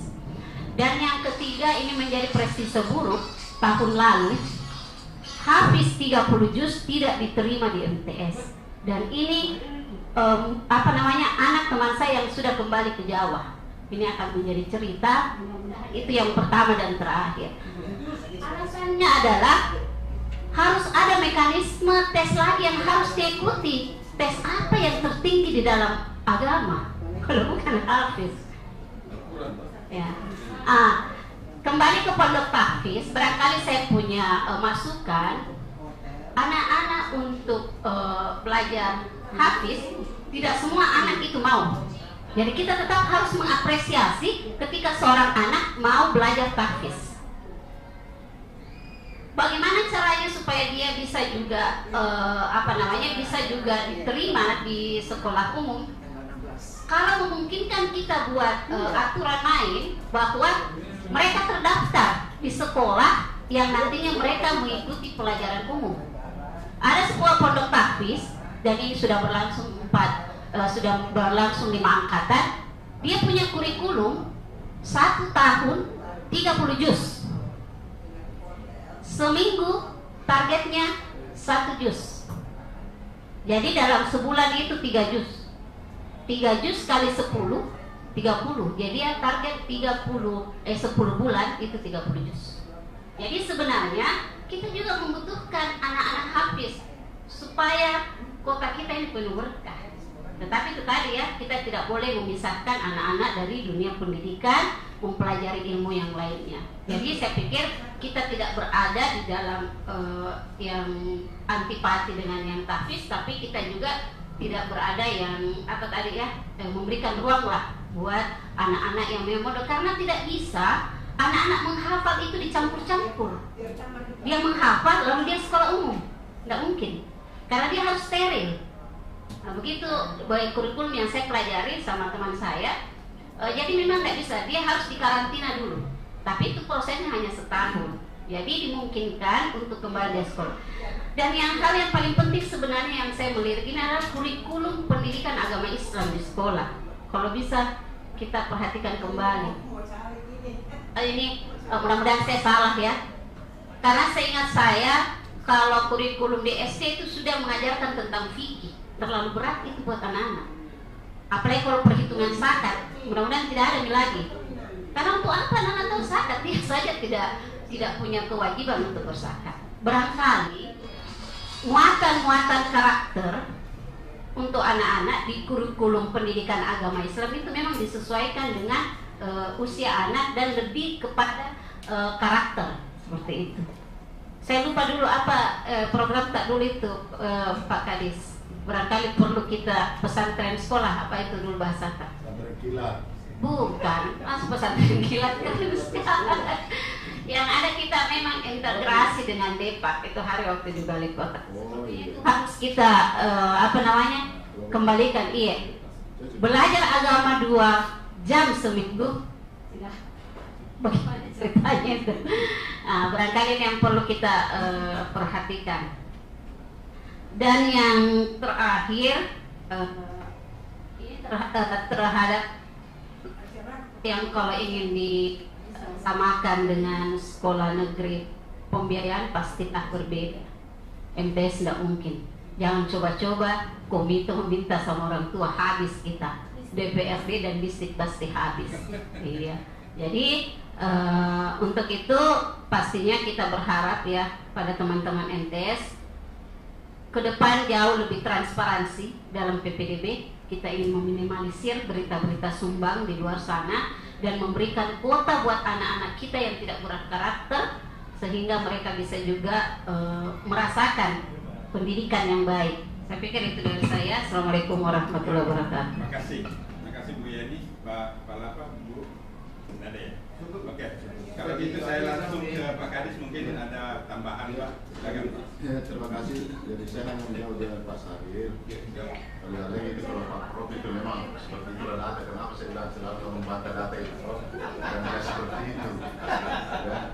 Jadi inilah kekurangan kita dulu. Bahkan itu bukan terstruktur dari kementerian. Biar kita sudah dapat kurang, tetapi itu data itu yang muncul dari dulu. Oleh karena itu saya begini terkait dengan MTS kemarin. Sebenarnya itu tidak ada donasi Pak. Jadi semua prosedur. Solusi itu bukan kami mengatakan harus di negeri. Makanya silakan. Kemarin itu saya minta teman-teman swasta, begitu sudah diterima langsung daftar di Mudik. Ya, yang muncul yang datang melapor itu langsung masukkan, tidak bisa ditarik, pasti dia pindah. Karena kalau ada di dalam pasti ditarik adalah sebagai perusahaan pindah. Nah yang perlu kita duduk bersama adalah swasta banyak sih yang bagus. Nah sekarang kita harus koreksi masing-masing. Contohnya kemarin, terus terang ada yang saya selesaikan kemarin Pak, kalau tidak terjadi anak putus sekolah ini sudah kelas 9 dari Latimojon, apa namanya SMP, bukan SMP swasta, Kristen, apa di situ. Itu kemarin kan orang tuanya Podong itu akhirnya harus membayar 40 juta, kalau tidak putus. Maka salah satu solusi Saya langsung solusi dengan Dapodik, saya pindah Setare supaya anak ini tidak terputus, karena baru terputus beberapa minggu kan untuk hanya persoalan pembayaran itu. Bahkan nilainya itu kami tidak, jadi saya minta Dapodik, apa bisa kita ambil nilainya supaya selamatkan ini anak. Iya kan? Karena kalau ini kami tidak meninjau cepat, terjadi anak putus sekolah. Ini kan yang terjadi, tentu perubahan begitu. Oleh karena itu saya minta, ini memang perlu kita duduk ke depan. Saya kan dari awal itu saya buka, saya bilang tolong bukakan kami, silakan masuk di link. Kami sudah berikan uang. Contohnya itu sekolahnya Bapak Taudi itu tidak akan ganggu Pak, dan tidak akan pindah, kan dia memang tulis di mobilnya SMP 99 gratis penuh. Itu sekolah lari ke situ. Masalahnya Bapak Taudi Pak, tidak ada itu dia pungut, dia banyak siswanya. Kan dia pakai dana bos Pak, jadi itulah tadi memanfaatkan, maksimalkan efisiensi dan dana bos. Itu karena dia juga mencari, artinya kan begini. Saya minta kemarin itu, setiap swasta berikan kami, karena setiap profilnya itu ada 2 yang selalu saya lihat. Artinya kan saya sudah mapping. Artinya berapa sih yang disubsidi penuh di situ? Artinya orang yang tidak mampu supaya saya dorong. Nah sekarang kan begini Pak, banyak sekali yang kami hadapi, ada sampai 3 tahun sekarang jasanya belum dikasih sama swasta. Kasihan ini. Itu yang kami dapatkan, banyak sekali. Banyak. Nah apakah saya hanya mau melihat membiarkan persoalannya ini tidak ada solusi? Maka itu, tapi tidak kan semua, tapi ada beberapa. Termasuk kemarin mohon maaf itu saya kritisi Muhammadiyah. Kenapa saya tarik SMP 52? Jadi itu ada SMP yang sampai DPR. Habis siswanya. Karena ada ditahan di situ hanya persoalan pembayaran, tidak diapa. Jadi makanya saya tarik cepat ke SMP 52. Supaya ada proses. Kasihan kan juga tidak jelas, tidak belajar. Maka mohon maaf karena kami tanggung jawab adalah bagaimana kita ini pemerintah untuk memberikan jaminan kepada masyarakat. Nah kalau ini terjadi ATS, namanya anak-anak putus sekolah. Itulah yang kami tentu membaca hal-hal ini terkait dengan donasi atau apa dan sebagainya. Karena biasanya itu lari itu Pak orang-orang yang tidak kalau ada pembayaran biasa itu nggak takut memang. Karena saya sekarang ini ada beberapa yang saya buka sekali lobby karena sudah 2 tahun tidak dikasih jasanya sampai sekarang. Makanya saya bilang berapa sih anunya di situ, nanti kita bicarakan apakah saya cari mama donasi ini saya kasih tahu Basna. Kalau nanti kuda apa itu bayar kayak gitu baru ambil jasanya. Artinya kan salah satu hal karena tidak bisa juga kami itu adalah aturannya mereka. Nah inilah kami ingin bahwa bagaimana ke depan ini mengembalikan kepercayaan itu sama-sama bahwa ini betul-betul pro kepada ini. Ya itu barangkali perlu kita duduk dan saya terus terang mau duduk bersama ini kita bangun nanti ke depan pada PPDB. Kita evaluasi yang sudah jalan, tidak usah mikir mengatakan wah ini harus ditarik, ada donasi apa dan sebagainya, nanti kita terbuka. Karena itulah yang membuat nanti menjadi hobi ini, padahal itu adalah hoax. Kan seperti itu. Salah satu yang saya bisa buktikan bahwa kalau tidak begini, kan tidak ada Pak, di sekolah itu yang tadi itu kan biasanya ada, itu kan tidak diwajibkan juga pakaian seragam, itu kan koperasi sekolah. Itu makanya saya bilang, saya selalu benarkan bahwa tidak pernah kami larang karena salah satu kompetensi kewirausahaan itu adalah koperasi sekolah. Oke, siapa sih yang mau hidupkan? Kenapa tidak dihidupkan koperasi sekolah? Apa sih yang penting harganya sama di luar? Kan itu dia nih. Yang jawab, nah sekarang ini selalu itu yang perlu kita luruskan. Jangan kita begitu ada opini begini kita benarkan. Makanya saya selalu membantai itu. Kalau saya, karena kita harus memberikan edukasi kepada masyarakat terkait dengan ini. Karena kalau bicara di pengelolaan pendidikan Pak, tidak ada yang gratis. Bagaimana mencari kualitas mutu yang bagus, baru kita mau gratis, tidak mungkin. Dan sama juga tadi itu kita salut bahwa pendidikan itu benar karena manfaatnya betul-betul itu ada komite dipikirkan gurunya Pak. Nah kalau itu 500 berdasarkan dana bos kan itu memang sudah juknis begitu, tidak boleh lebih. Nah bagaimana caranya masa 500 setiap bulan baru tugasnya luar biasa tanggung jawabnya. Iya, sudah lagi. Nah itu. Jadi ini barangkali yang perlu kita tidak perlu mencari jalan, tapi yang selalu saya itu berpikir, kenapa di pikiran saya itu bahwa kalau ada isu atau apa jangan kita berdebat, tapi kita cari solusinya yang terbaik apa yang kita harus lakukan. Itu yang paling penting. Jadi terkait dengan ini insyaallah kita akan berbagi Prof karena bisa saja nanti apa usulannya Prof nanti di bagaimana berbagi ya, utamanya tentang digital. Tentu kan kita ada kegiatan NGNP. Bisa saja kami nanti NGNP melakukan pembelajaran digital diundang beliau sebagai narasumber. Itu kan kuncinya bisa pembentukan tugas sebagai narasumber. Nah itu juga kami tekankan kepada dinas semua yang buat kegiatan jangan sembarang jeruk makan jeruk undang di situan. Saya tidak mau kuliah itu bicara-bicara kalau aku. Kan masalahnya masa kepala sekolah atau kepala sekolah tidak bagus kalau itu kepala itu lebih bagus sambil akademisi ya supaya kita dituntut kan begitu. Jadi selama saya buat pidana ada. Karena itu yang saya lihat. Saya tidak menandatangan narasumbernya kalau tidak jelas. Bahkan di situ guru, apa kelebihannya ini disuruh di situ. Saya juga tidak ada inovasi. Lucu kan? Ya, disuruh. Jadi itu barangkali yang perlu kita yang jelasnya diskusi ini. Jadi kita hari ini banyak sekali. Dan itu akan yang perlu kita menjadikan nanti bahan untuk ke depan, utamanya sekolah swasta Pak. Karena nanti di situ di Permendikbud peraturan tentang PPDB itu kan masuk juga ada situ pelibatannya dijelas di situ, diperjelas bukan lagi tapi ada di dalam.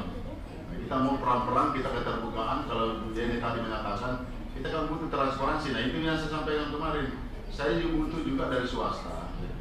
Transparansi dalam hal ini kasih kak berapa yang kamu subsidi orang yang tidak mampu supaya nanti kalau ada sekitar situ saya dorong nih. Mau begitu, tapi tidak ada yang kasih kak. Kecuali Pak Patahudin, kalau langsung dari tamu kasih masuk gratis penuh, bahkan itu di mobilnya saat kiri kanan jadi punya mana. Akhirnya apa yang terjadi dampaknya Pak? SMP 6 banyak sekali petani tidak isi. Kan hari ini Pak Patahudin tidak pikir jauh ke sana jalan lebih dekat di sini sama nih. Kan begitu. Karena terbengkalai sekali. Ya mungkin itu Pak. Jadi terima kasih Pak Garis atas informasinya. Saya juga ini sudah ada bahan informasi ke teman-teman swasta. Karena kemarin 2 hari lalu itu sempat kita punya pertemuan itu kita rutin juga itu BPS untuk mengkaji sebenarnya kenapa lagi swasta seperti ini dan sebagainya. Nah itulah yang lahir kemarin Pak.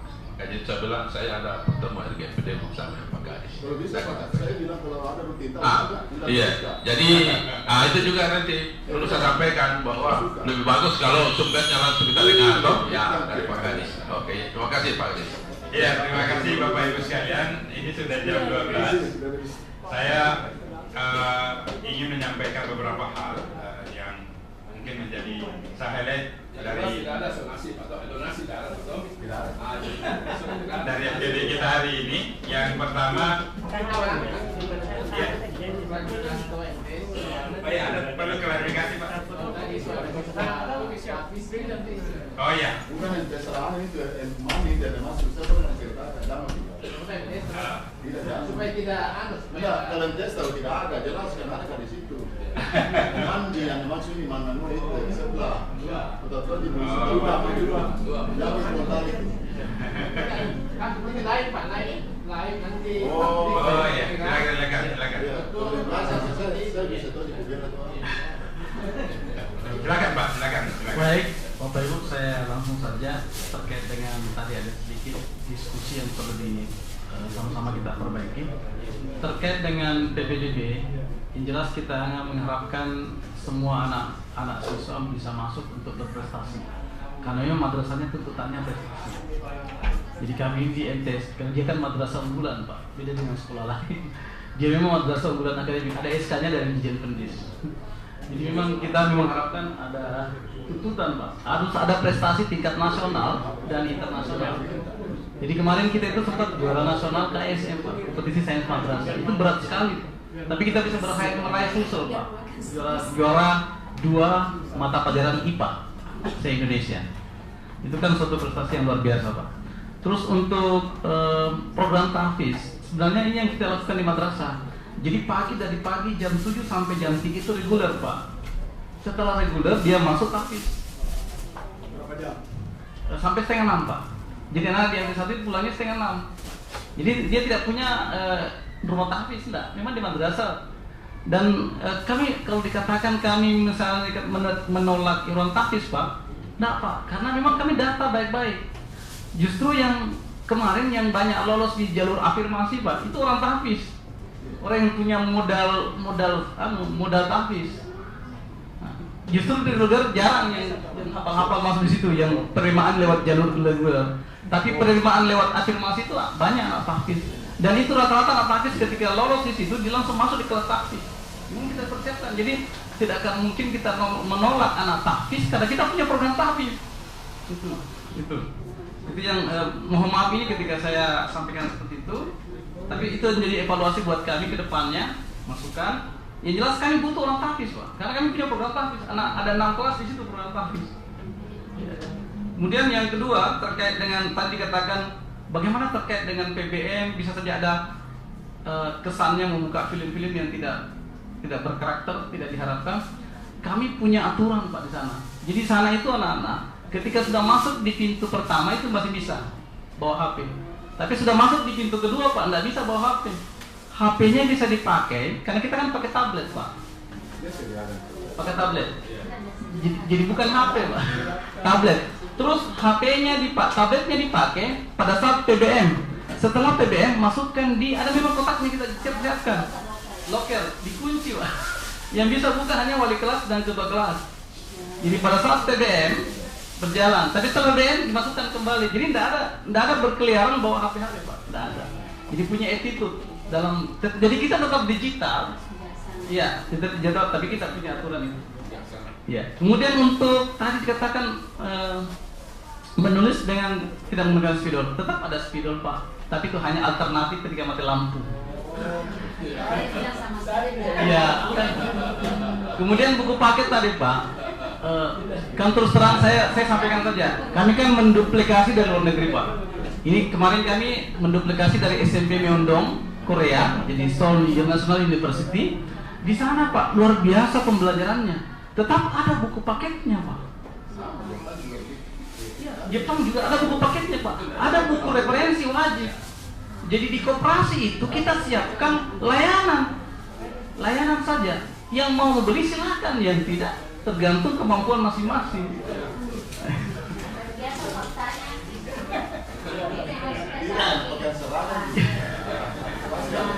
Itu yang saya perlu luruskan Bapak Ibu. Kemudian yang kedua, untuk karena madrasah digital ini baru karena tahun kemarin saya diskusi dengan penerbit Erlangga maupun Yudhistira maupun penerbit lain, saya katakan saya tahun depan saya mau ada buku digital. Jadi tahun depan rencana kita punya buku digital itu, tapi kena murah harganya. Itu bisa saja sampai 100.000 untuk 5 mapel. Tapi dia pasang chips Pak. Dia pasang chips nanti di tabletnya dan itu dipakai hanya orang yang beli.